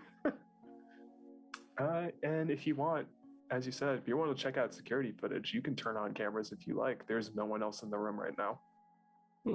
Whoever was in here had left literally a minute before just to go check on something. Nice. I, as a player, know what's going on. Aiden doesn't. Yeah. I'm gonna ask Roisin and also as a group, like I enjoy causing a little bit of chaos, but I know that can be a little distracting. So I know as Aiden, it would be perfectly reasonable just to flip on all the cameras and watch everything, even in the places where the cameras are supposed to be off. So, but Roisin, if you don't want that to happen, I can say that I missed that one. It's fine with me. I'm not gonna tell you what I want, but I would say if your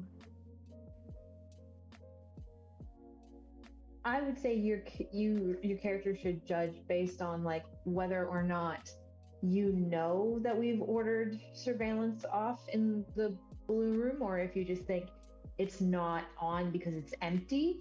But you can do what your character would if there's do. a note or some kind of like indicator that one has been deliberately turned off, That might be good if I'm indicators going to like. say that there was a note that's left there saying do Okay. not turn on. Then I'll check out all the other cameras because I like pushing my limits, but I know at a certain extent, it's better to have Roisin on my side, and when she's angry, to be behind her and not in front of her. It does. When you turn the- I just wanted to ask Okay. a question though.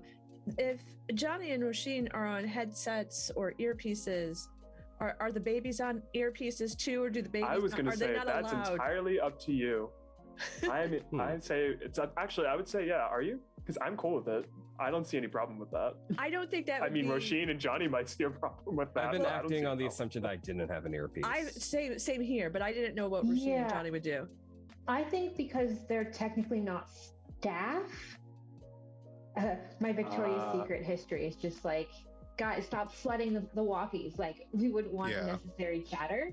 So because they're not staff, I don't think they would have them.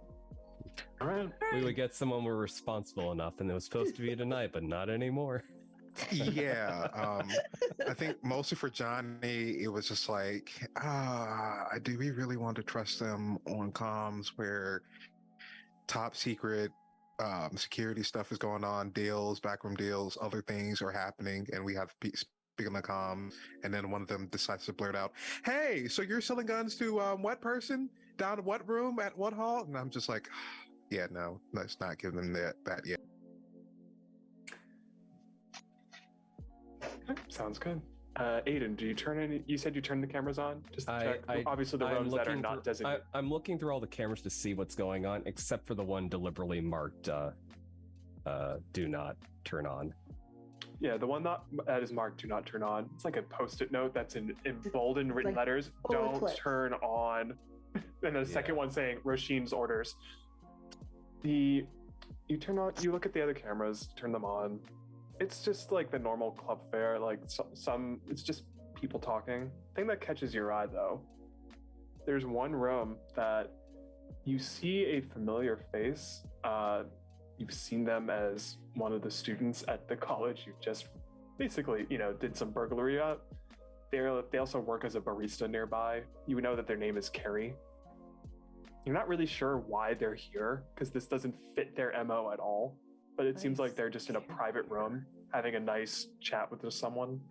But also you keep looking at it and you're just like, why the fuck are they here? This makes no sense. Carrie's a charitable sort, but this is not a charity.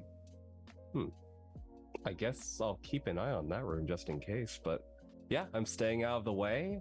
I'm having fun. Everyone's winning right now. I will also say you have a direct feed to the front of the bar area too, so you can see Johnny's there. Shane's Hey, there. Johnny, Jane. It's like a weird. You also unified see spot. Zoe has walked in as well. This is cool. I want one of these when I get my own place. Maybe a bit more comfortable Roisin. chair. The chairs here, yeah, you look at the chairs and like, how did these people sit in these all day? They're not comfortable at all. There's like no good armrest, nothing for back support, nothing at all.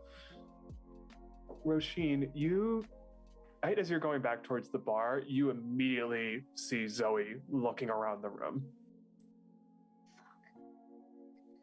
And she immediately sees you and starts walking towards you with eyes locked. And it's just like, did you know this meeting was happening? Oh, the meeting that you probably should have told me was happening. I heard about it maybe 2 full fucking minutes before it started. So no, I did not know. So thank you for that. You're proving yourself a really great asset to my club. You'll excuse me. I'm gonna go have a drink before I take someone's fucking head off. Excuse me. Walk over to the bar. Before you even move, she puts her hands on your shoulder and just locks eyes with you and just says, calm down, breathe. She jokingly says, breathe in. Things will be okay. I apologize. I literally only found out 20 minutes ago and I had to rush here. I have a phone. Do I look like a Lasombra to you? She just looks like, I don't have my phone. And I like brush her hand off me and go to the bar and like look at the bartender. And I feel like they don't even need to ask. Like I don't need to say anything. They just give me like an extra heavy drink. You don't even get a martini glass. You just get a literal wine glass that's filled to the top. Yeah, and I want blood that's like it's blood of a drunk person. Ooh. I don't normally do this. The bartender gives you that, but also it's like, Rasheen, if you don't mind, I mean, there is someone right there that fits your type. If you need it right now, that kind of kick. What do they look like? They very fancy suit. Clearly, you can see whiskey glasses have been all around the table, and they're a little sloshy back and forth.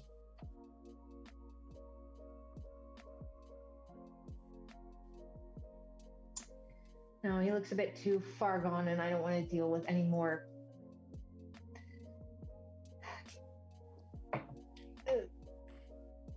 Well, God, that's what I'm looking for. I don't want to deal with that. I don't need a sloppy drunk. Can you just give me a drink, please? I appreciate you looking out. No problem. He pours a drink, and he doesn't actually, I'm going to take it back. It's not a wine glass. He slides a whiskey glass to you. I promise it's got a good kick. It is almost like doing a pure shot of like scotch.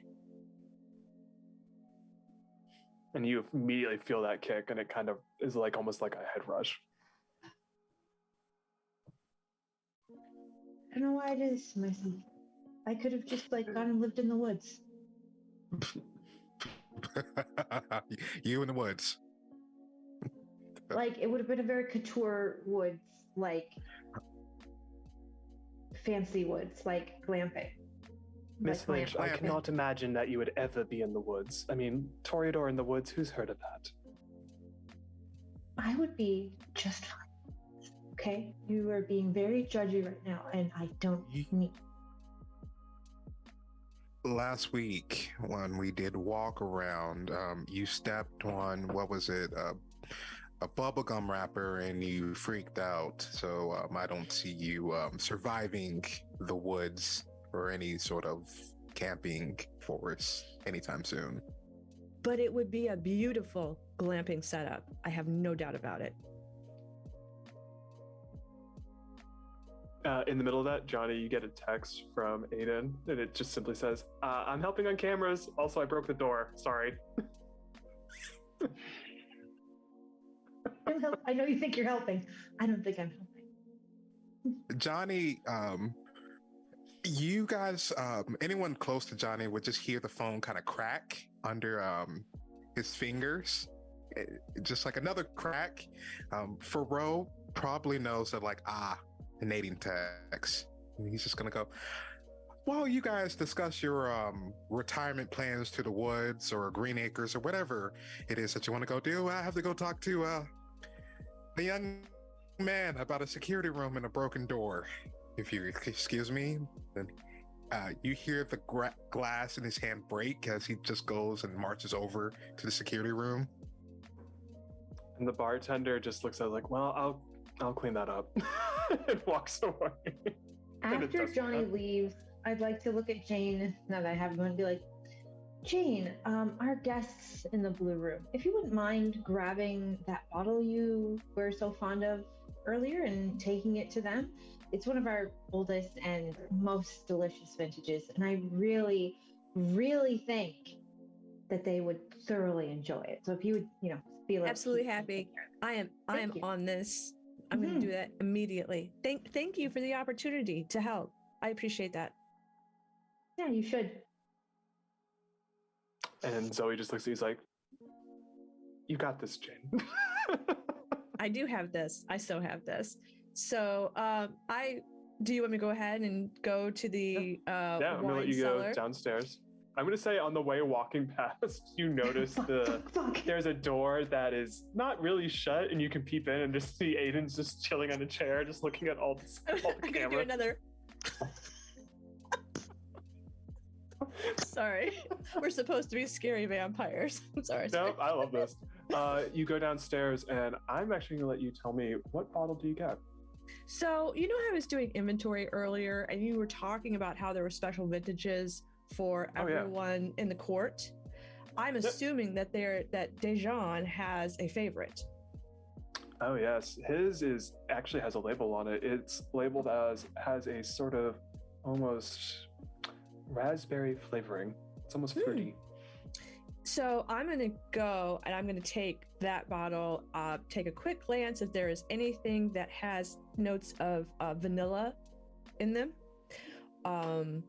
Ooh. Yeah, you do find a bottle it's not labeled Camarilla or anything, but just say has vanilla flavoring or vanilla extract flavoring. Mm-hmm. So we have a raspberry, we have a vanilla. I'm going to go ahead and take these two bottles. I'm going to find one of the wait staff and have the wait staff help me create a very beautiful, aesthetically pleasing tray with a, bright red accent.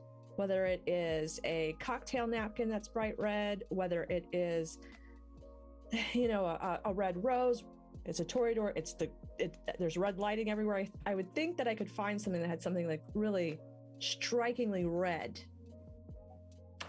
You find, no rules required. I'm not going to allow that. No rules required in this. You take a second because you were just doing inventory, and I'm going to say inventory took a while, so you have a very good mind of knowing where things are. You find this bottle. It's not like a dark bottle. It's like a see-through bottle. So it's like just clear. Mm-hmm. And this thing is red as red can be. It is the type of red that you're like, if this could be any redder, that'd be impossible because it's already red.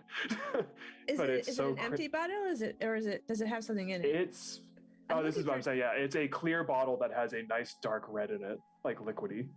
Okay, so I'm gonna have it. I just want to make it kind of like a lovely, aesthetically pleasing setup tray to take into the room. So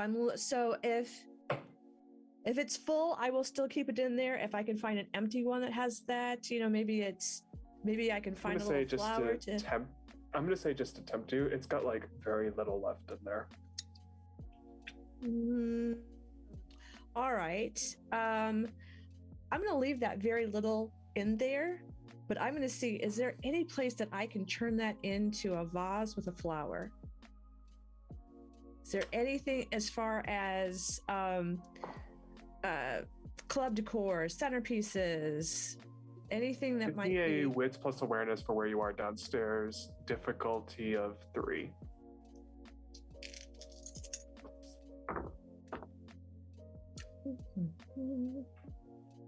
I have 2 successes. You takes a little bit because the lighting's not great down here. You find you're not sure if these are real. They look fake.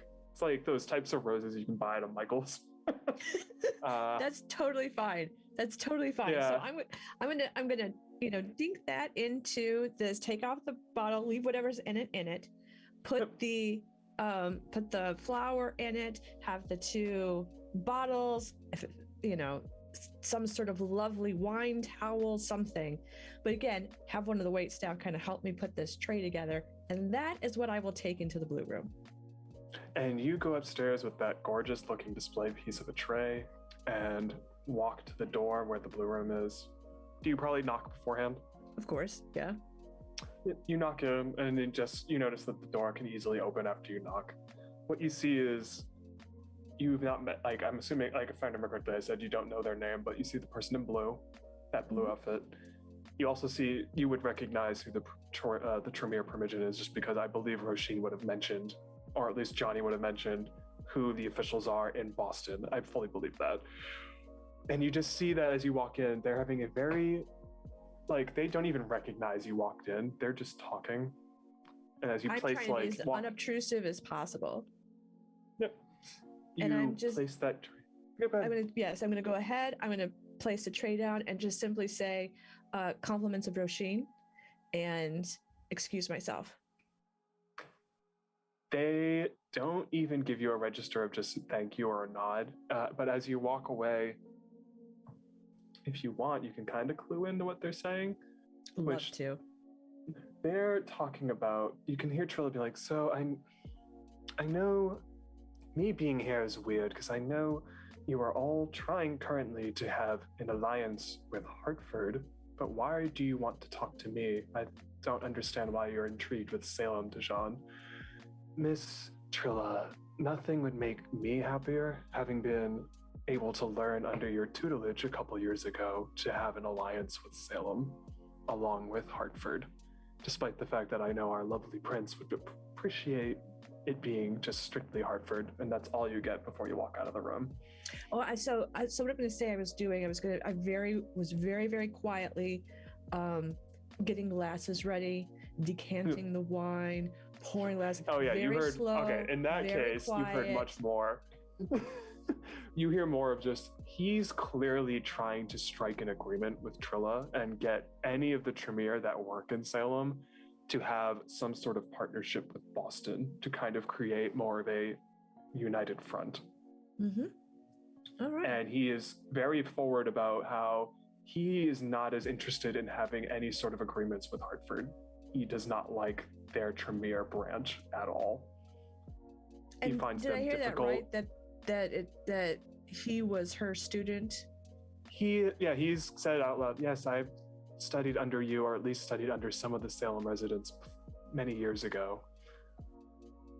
So clearly he has a familiarity with it. And they notice that you're taking your time to pour, and they eventually just give you this look of like, thank you, if you don't mind. Oh, not at all.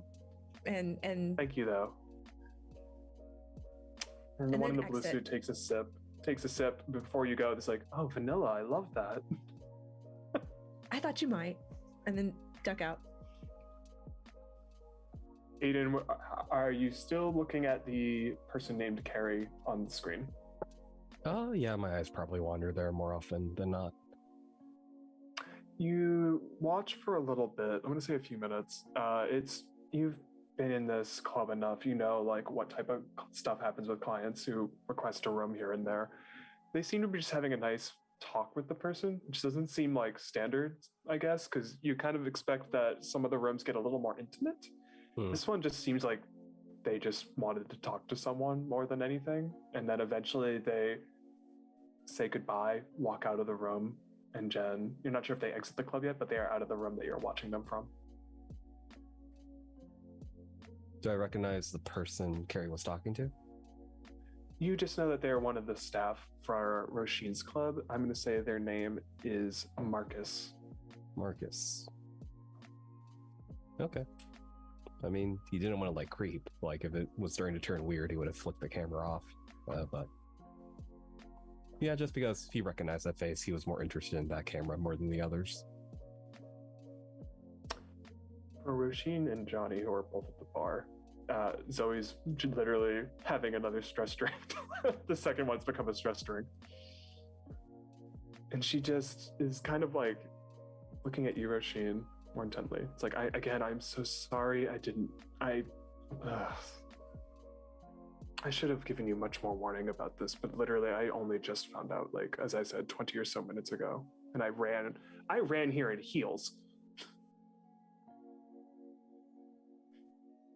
It is what it is now. It can't be undone.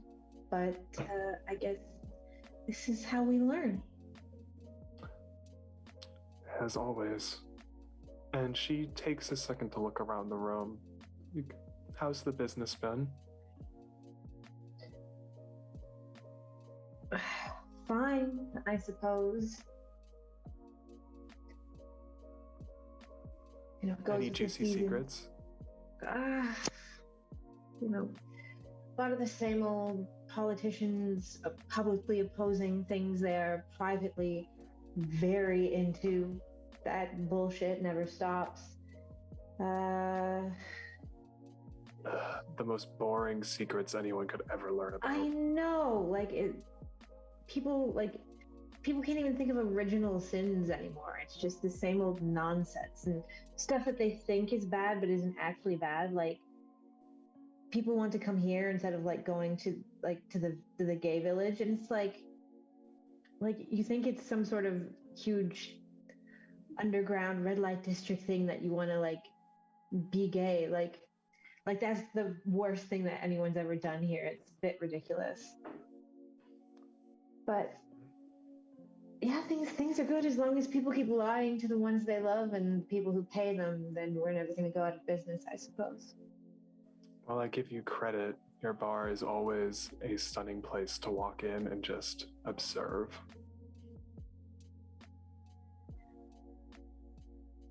It's always Just nice to see the everything. tourists as well. Sometimes, just The fact that you even tailored to the tourists, oh my god. sometimes they're the most fun because the people who come here and are aware, they think of themselves as being edgy, like oh look at me, I'm like, as if they treat it like it's not you can come, anyone can be here pretty much, but they want to act like they're like members only. But when the tourists come in, they're very excited and they think that it's a lot more superficial than it is, if that's the word. But they're I don't know, I guess it's nice to see people who are enjoying life a bit more than the ones who are trying to drown it out. How did they taste? And she says that, baring her fangs to you in a very disturbing smile. The tourists, Yeah. a lot of them taste like cheese, or what I remember cheese tasting like. You're bullshitting me. Listen, I blame the economy, but they have like like, it doesn't matter what they look like.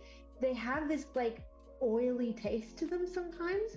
I don't know where they go before they come here, like where they've been eating right before they come to get drunk. Maybe I don't know. We try not to serve too much of that for that reason.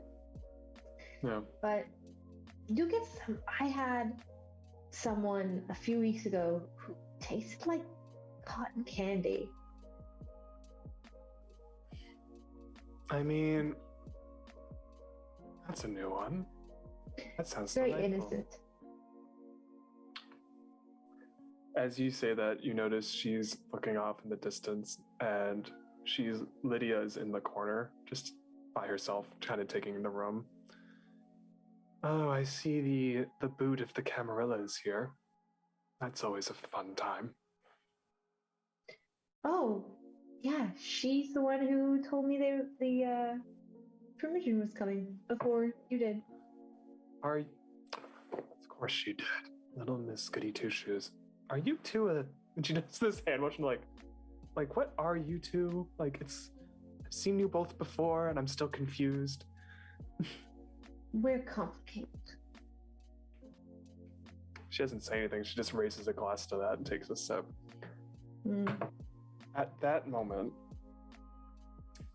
Jane, you're now back in the open bar space. Johnny's at the bar. Aiden can see the bar from camera feeds. I think Johnny was going to the security office. Yeah. Oh yeah, Johnny's going. Sorry, apologies about that. Go ahead. Yeah. Johnny would have, if the security is the same way as where Jane is headed, he's probably crossing paths with her, and is just going, Jane. Hi, Johnny. Hi, Hi. dear. Have you seen Aiden? I have. I think he was trying to assist security. Oh, was he? That's so nice. What was he assisting with, if you know? I believe that there's somebody that wanted to go on break. They were having a little bit of tummy trouble. Oh, tummy trouble. And at that moment, he's just gonna throw on that usual Johnny smile, but he throws on Daunt. It's almost instantaneously as soon as she says, like, "Oh, someone had tummy trouble." Oh, did they now? Yes. Yes. Tummy troubles. Well, I should go assist Aiden then. Wouldn't want him feeling lonely by himself. And, No, of course not. I'm just gonna give him a lesson on security around here, since he wants to assist so much. Oh, I mean, I just think he just wants to be helpful. He just wants to know how to contribute. Really, between the two of us, all we want to know is how we can contribute. As you're speaking to Johnny, by the way, because he activated Daunt, he is exuding an aura of just utter terror. Oh, sorry. Okay, yes. No, you're good. I say you're still, you're just good. I just wanted to let you know. Yes. No, all we want to do is be able to contribute. No, that's fine. Ro said to do a progress report because we got securities all over the place. So we just like to record your good deeds. Oh, okay. Yeah. Is there some way that I could help with that? What can I do to make this better for you? Oh, you know what? As long as you behave and you haven't broken any rules in the past few weeks, you haven't stolen anything, broken into certain places, done some illegal stuff that we don't know about outside of it that might get tracked back to us, it's fine.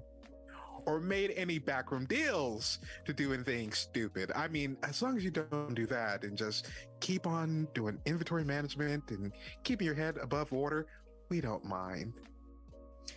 Yes, sir. Okay, I'm gonna go see Aiden. Son of a bitch! I swear to God, if the door, you work here, And as you, you don't even walk by that door, it's wide open. You even look, and the handle is it's not usable anymore. And you see Aiden, dear. Whoa, Johnny. Giving me the full angel. Could you turn that off? Oh, do I have it on? Oh, I'm just so impressed. Did you have fun, Aiden? Did you have big fun? I was just testing, the locks. Maybe get an electronic one on this. Lock wasn't actually too hard either. What? It's like white hat hacking, but physical. Aiden, the reason why we don't have a big lock on the door is because the only one who should be back here is security, and the people who break in here don't usually walk out of here with their legs. Noted. Sorry. I knew I kind of fucked up when I broke the lock, and I remember you telling me to text you first. I forgot you get just as angry as Roisin, though, sometimes. Oh, no. See, you're catching me on a good night. See, I'm calm. This is me calm.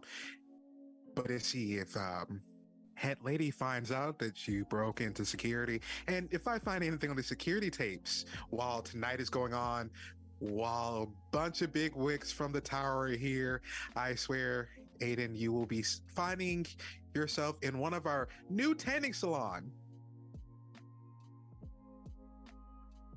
No, I didn't mess with security. I didn't do anything. See the note? Camera's still off there. Whatever that is. I was a little bored, and I thought I convinced myself that I could help by testing security. So if you want to test and help, try helping by not breaking our door. Noted. He's gonna drop Daunt, and he's gonna roll back the tape, tonight's tape, not to that room, but to like all the other, including the cellar and the other offices, and he's just gonna roll back some of those tapes to see, like, okay, let me see what's going on, since someone wants to be so secure on the security cameras. I'm gonna make a roll on this one. Was I sneaky enough to dodge the cameras? We didn't we have a certain someone walking by at the same time though that fits the cameras out? I'm going to say, yeah. It wasn't at the same time, but it's the cameras from what you've seen because of Dear Lydia.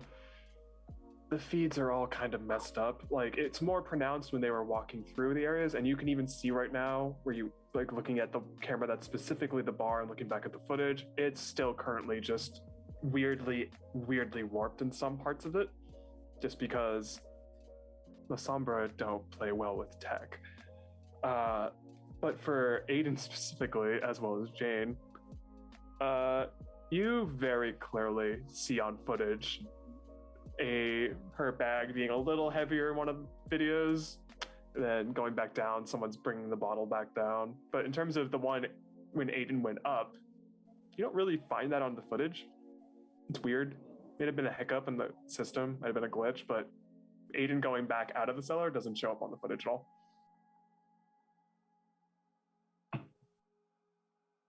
Can I do an insight check?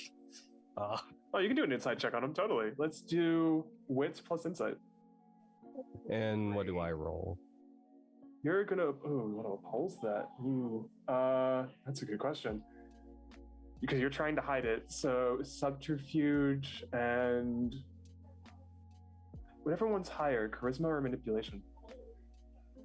Charisma would be the one. Go with that. Let me know how many successes you both get. All right. I should have invested more into charisma.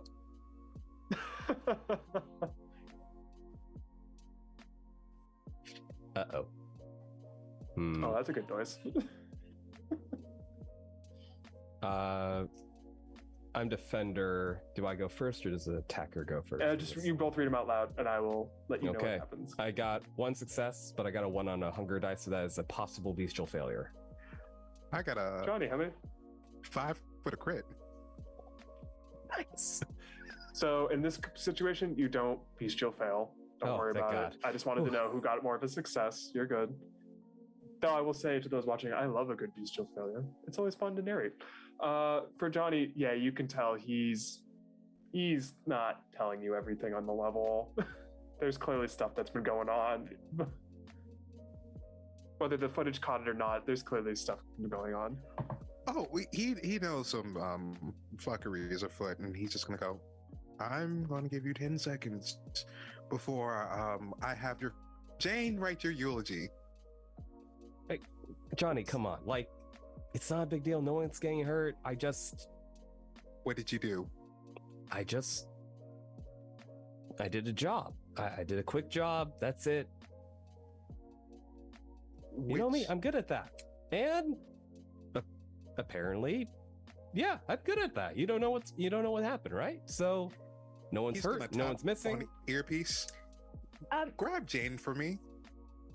She's right. She's headed towards you anyway, because I figured there's a hallway and that she's hanging out in the hallway. She's gonna come around the corner and say, "You will not believe what I just found out."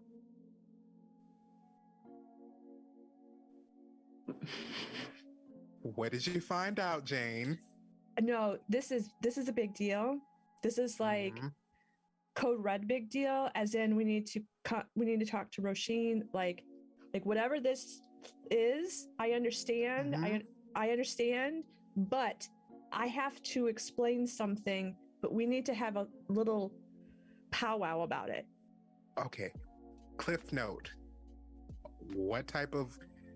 How serious is it? Like, what type of serious we're talking about? Give me like the general gist. Camarilla Court serious. Okay, like be specific. There are a lot of people around. I'm just saying, can we just like time out this? This is on the scale of things that are important right now, this is not it. Okay. All right. You two get a reprieve for right now. But if I find out this is you dodging or this information is bogus, you know what? I'm not even gonna. No, I'm just gonna go and hit row up. Hey, Jane here says that we have a Camarilla emergency. We need to meet in the emergency room. We might have to bury them. I don't know. However you're feeling. I'm feeling tanning beds. I'm feeling like if somebody doesn't get staked by the end of tonight, I will be very surprised. Like, look at those. Like, enjoy your night. Drink to your heart's content. I have to go continue to be a small business owner. As you say that to Zoe, she's about to say something, opens her mouth, but nothing comes out as she's looking at the front. Walking in the most stunning black velvet dress and a sort of like almost like 40s, 50s bob cut that's been dyed green is a woman walking in. She doesn't even look at the hostess. She's just like not paying attention, but Zoe has locked eyes with this person. And you look at Zoe, and Zoe just has this look of like, what the fuck? On her face of just like, why are they here? And they just put on this friendly smile, walk up to Miss Zoe Moon, and go, oh, Miss Moon, I didn't know you were here this evening. Always a pleasure. It's like, Miss Atkins, why are you, can you please get your, what is it? I know you watch over them. Can you get your coterie together for me? I'd like to speak to them, if possible, here in the bar while I get a drink. Thanks for that. And Zoe, before you even leave, probably if you tried getting up, you heard that, she would grab you probably, or just hold on to your shoulder, be like, you're not going anywhere. Just like looks at you as like, can you just get them? Like, I don't know what this is about, but go get them now. Angel, baby, please bring my two little batlings. Just bring them to the front. Not a problem, boss lady. You two are lucky. You better hope whatever's in that bar is maybe Jesus, maybe Cthulhu. I don't know. You better hope it's someone to rescue either one of you. If I find out you guys have been, I already know you've been fucking around. Why am I saying if you possibly? I already know you've done something. And he just grabs the two of them. Fuckery. Yeah, just kind of drags the two of them to the bar. I'm moving. like I children. can walk. We're good. We're going. We're following you. Just making sure you don't run. Never. Was sizing up running. Probably not going to happen. For Roisin's sake, and then the other, Johnny, Jane, and Aiden, as you walk in, as mentioned, this person's wearing a black velvet dress of sorts. Most distinctive, though, is what's on their arms. They have what can best be described as almost henna-style artwork all on their arms. It's like covering their arms, it's covering a little of their hands. They have a sort of 40s, 50s style bob cut, so it's like the hair's down to here, bangs are very much up there, and it's just this green hair that just stands out, because of all the colors in this bar, green is not one of them. Green is a stylistic, well, minus yours. Yours is the only one. But like in terms of the walls, the decor, green is not really a color you chose aesthetically for this place. So their hair stands out as a weird beacon. And they watch as all of you gather and they specifically look at you, Roisin first, like, is this all of you? This is who you asked for. I'm gonna do this because I want to make it interesting. All of you give me wits plus awareness. Or if you have a higher intelligence, do intelligence.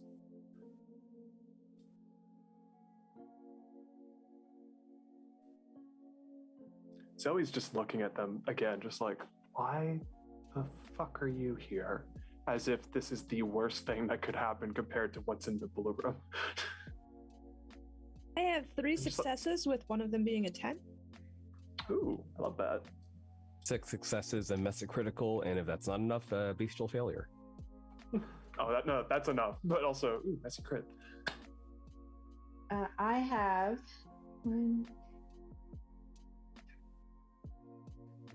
4 successes, 3 of them 10s, but a failure on my hunger die. That is an amazing, amazing thing. Johnny. Same as Jane, 3 successes and a crit on the 10. So yeah. Don't have to worry about the messy crit. You're fine. Nothing to worry about in that. Before the person even speaks, you know, all of you, whether you want to know this person or not, you know who this person is. They work for the tower. They work directly for Hazel specifically. Their name is Journey Atkins. They have 2 titles in the Camarilla. One is whenever an Elysium or a party of sorts happens, they're the person who's planning the party. If you want a proper title, they more or less are kind of the keeper of Elysium.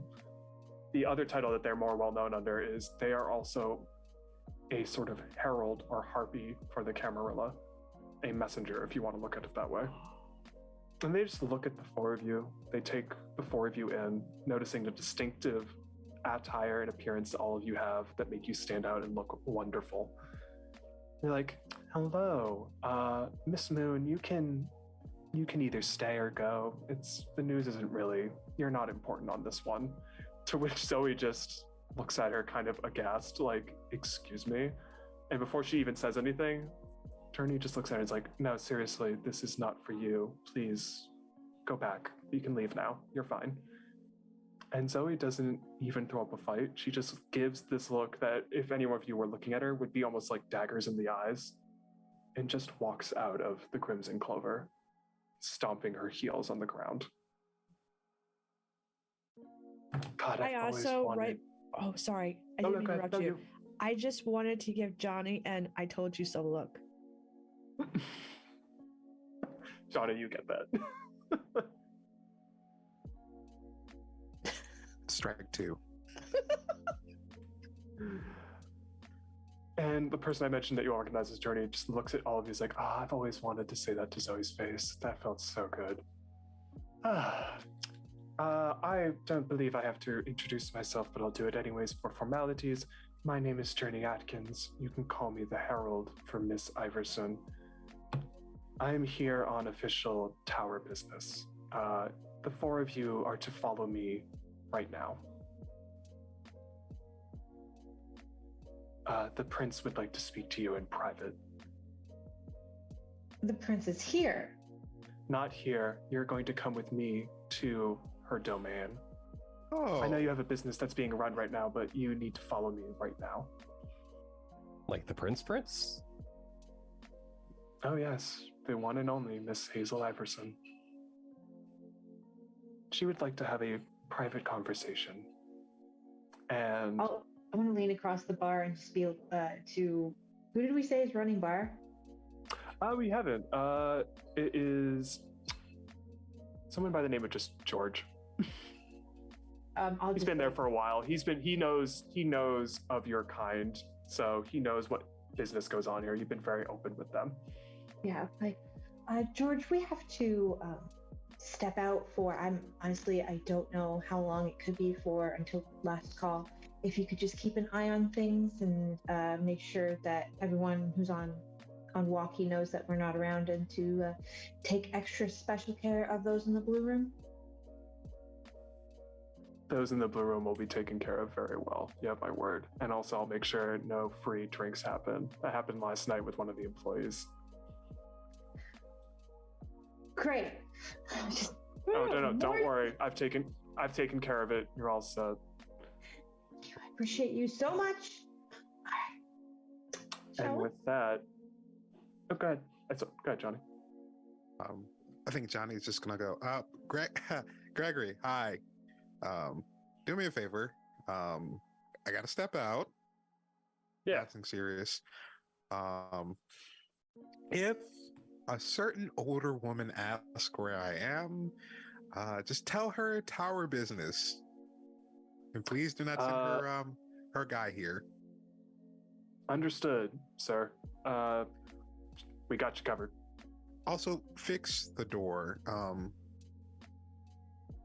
Apparently, someone wanted to be helpful. What fucking door? I will get a handyman on it stat. Thank and with you. that, Journey just looks at all of you. He's like, are you ready? I have a car out front, ready to take you. Of course. And as the four of you leave, we're going to end there for tonight. Darn Camarilla. So annoying. There's a lot of them too in your club right now. Guess I should start working on my second character because everyone's gonna kill me. I got you. No, I got you. You're good. I'm gonna jump on this grenade. Because that's always the right decision. On that note, for everyone watching and for my players, thank you tonight. That was awesome. Again, this is a Chronicle in 5 chapters, so we will be back 2 weeks from now on the same night, Saturdays, 5 p.m. Pacific time. Before we go, I'm going to go around the table again, have everyone introduce themselves. Please tell us your name, who you played, and plug away on all those socials and whatever projects you have that are in the works happening now or in the future, starting with Krow. Wow. Surprise. Okay, I'm Krow. Hi, I'm Krow. I played Johnny Angel Ventru. You can find me everywhere at everywhere, Twitter, Facebook, Instagram, and TikTok, apparently, as XROWKROW, so Krow. And I'm currently working on the Off the Vine series, and in the future, Vampire the Masquerade in Kanu. So I can't wait for that project to finally launch.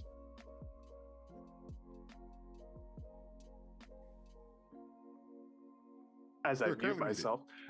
And next, Rachel J. Hi, I'm Rachel J. Wilkinson, and I played the Malkavian Jane Dewey this evening. You can find me on Twitter at Ray J. Wilkinson, and I am currently in the release of Vampire the Masquerade Port Saga, which I create. And yes, look for, I think we're on the 3rd episode of the 2nd season should be coming out here pretty soon. And yeah, so and you can also follow us on Twitter at Port Saga as well. I highly, highly, highly recommend it. It's so good. Thank you. You. Hello, I'm Tsai. I play Aiden Chou, apparently a troublemaker. I guess that's been decided. You can find me on Twitter at TSAISU. I am also in 2 other shows currently. We are wrapping up a Good Society game on Laugh Love Lindy's channel, Wednesdays at 7 p.m. And I'm also playing in a Quietus game on the Wandering DM's channel, 7 p.m. Hill Country Horror. So yeah, if either of those are your cup of tea, feel free to come check it out. Oh, also, I do run games for Magpie Games through their CPP program, and they will be, in the next week or so, releasing the next slew of games, some of which I will be running. If you're interested in paid GMing experience or curated experience, definitely something to check out. And feel free to swing by some of my games and see if the prompts interest you. Awesome. And Rachel B. Hi, I'm Rachel Beauregard. I'm playing Roisin Lynch, the Toreador. You can find my personal Instagram at Manic Pixie Tank Girl. You can find my designs at Bad Duck Design. And you can also find me here on the initiative order every other Thursday, not this past week, so next week, right? Yes. So opposing weeks of this show, Thursday nights, playing Morph Borg with some lovely, lovely people. Yeah, that's it. And thank you for that, Rachel B. Hello, my name is Nate Bushman. I was your storyteller for this first chapter. I am a portrait and fashion photographer living in Los Angeles. I also occasionally am doing some writing stuff here and there, whether it's sketch comedy or just being random. If you want, you can find my photo work at natebushman.com. Follow me on Instagram, IndieNate, or Twitter at Nate_B. This is currently the thing I'm doing. I do have another thing coming up, but I will wait to give you info on that when I learn more about when it'll actually be starting. Outside of that, I also want to give one quick shout out to all our sponsors on the channel, because I don't want to forget that. Session Zero Clothing, fantastic D&D inspired streetwear. I have one of their shirts. It's a D20 on it. It's awesome. It's wonderful. At checkout, use the code ORDER for 15% off your purchase. Next up, Norse Foundry, Stellar Artisan Dice Makers. I have one of their Blades in the Dark sets that is literally metal D6s, and nothing has scared my players unexpectedly more than me rolling D6s in Cyberpunk, so I apologize for all my players who've played with me before on that. Check out, use TIO15 for 15% off your purchase. Next up, Mithril Armory, makers of the amazing Tin 20s and Sketch Dice. Seriously, if you are into puzzles, highly recommend getting one of the Tin 20s and seeing if you're able to solve it. At checkout, use code INITIATIVE for 10% off your purchase. And finally, Umbral Oculus dice, gorgeous handmade dice made by Taryn Hackett, who is wonderful. They were my DM on Agents of Dune a little while back. They have wonderful full set of their dice is just great. I'm gonna ramble, but I really like their dice. It's the one I keep rolling, but also loves to mess with me and never give me the high rolls I need. But I also wonder if that's intentional. Use code initiative for 10% off a full set of dice. And just before we go, the Initiative Order are proud ambassadors of Jasper's Game Day. They are a fantastic nonprofit organization aimed to raise donations for suicide prevention and awareness. That's awesome. As someone who has dealt with personal mental health stuff for a long time, having organizations like that, deeply appreciated. It's wonderful to see that we do work such as that. Thank you for all the work that you do. Again, shout out to the Initiative Order for letting me run this crazy game that's going to be going on for a little bit. Shout out, as always, again, to the World of Darkness team. You're just awesome. It's just that. And to my players, you're awesome. And I look forward to seeing what happens in 2 weeks when you have to go meet the prince, who it'll be a lovely chat. You'll have wine. It'll be great. Just cheese and crackers, Best behaved. But until then, oh yeah, it'll be fine. You're all going to survive. But until then, because it's the most poignant way to end it, the Kindred of the Night. What wonderful music they make. Have a good night, everyone.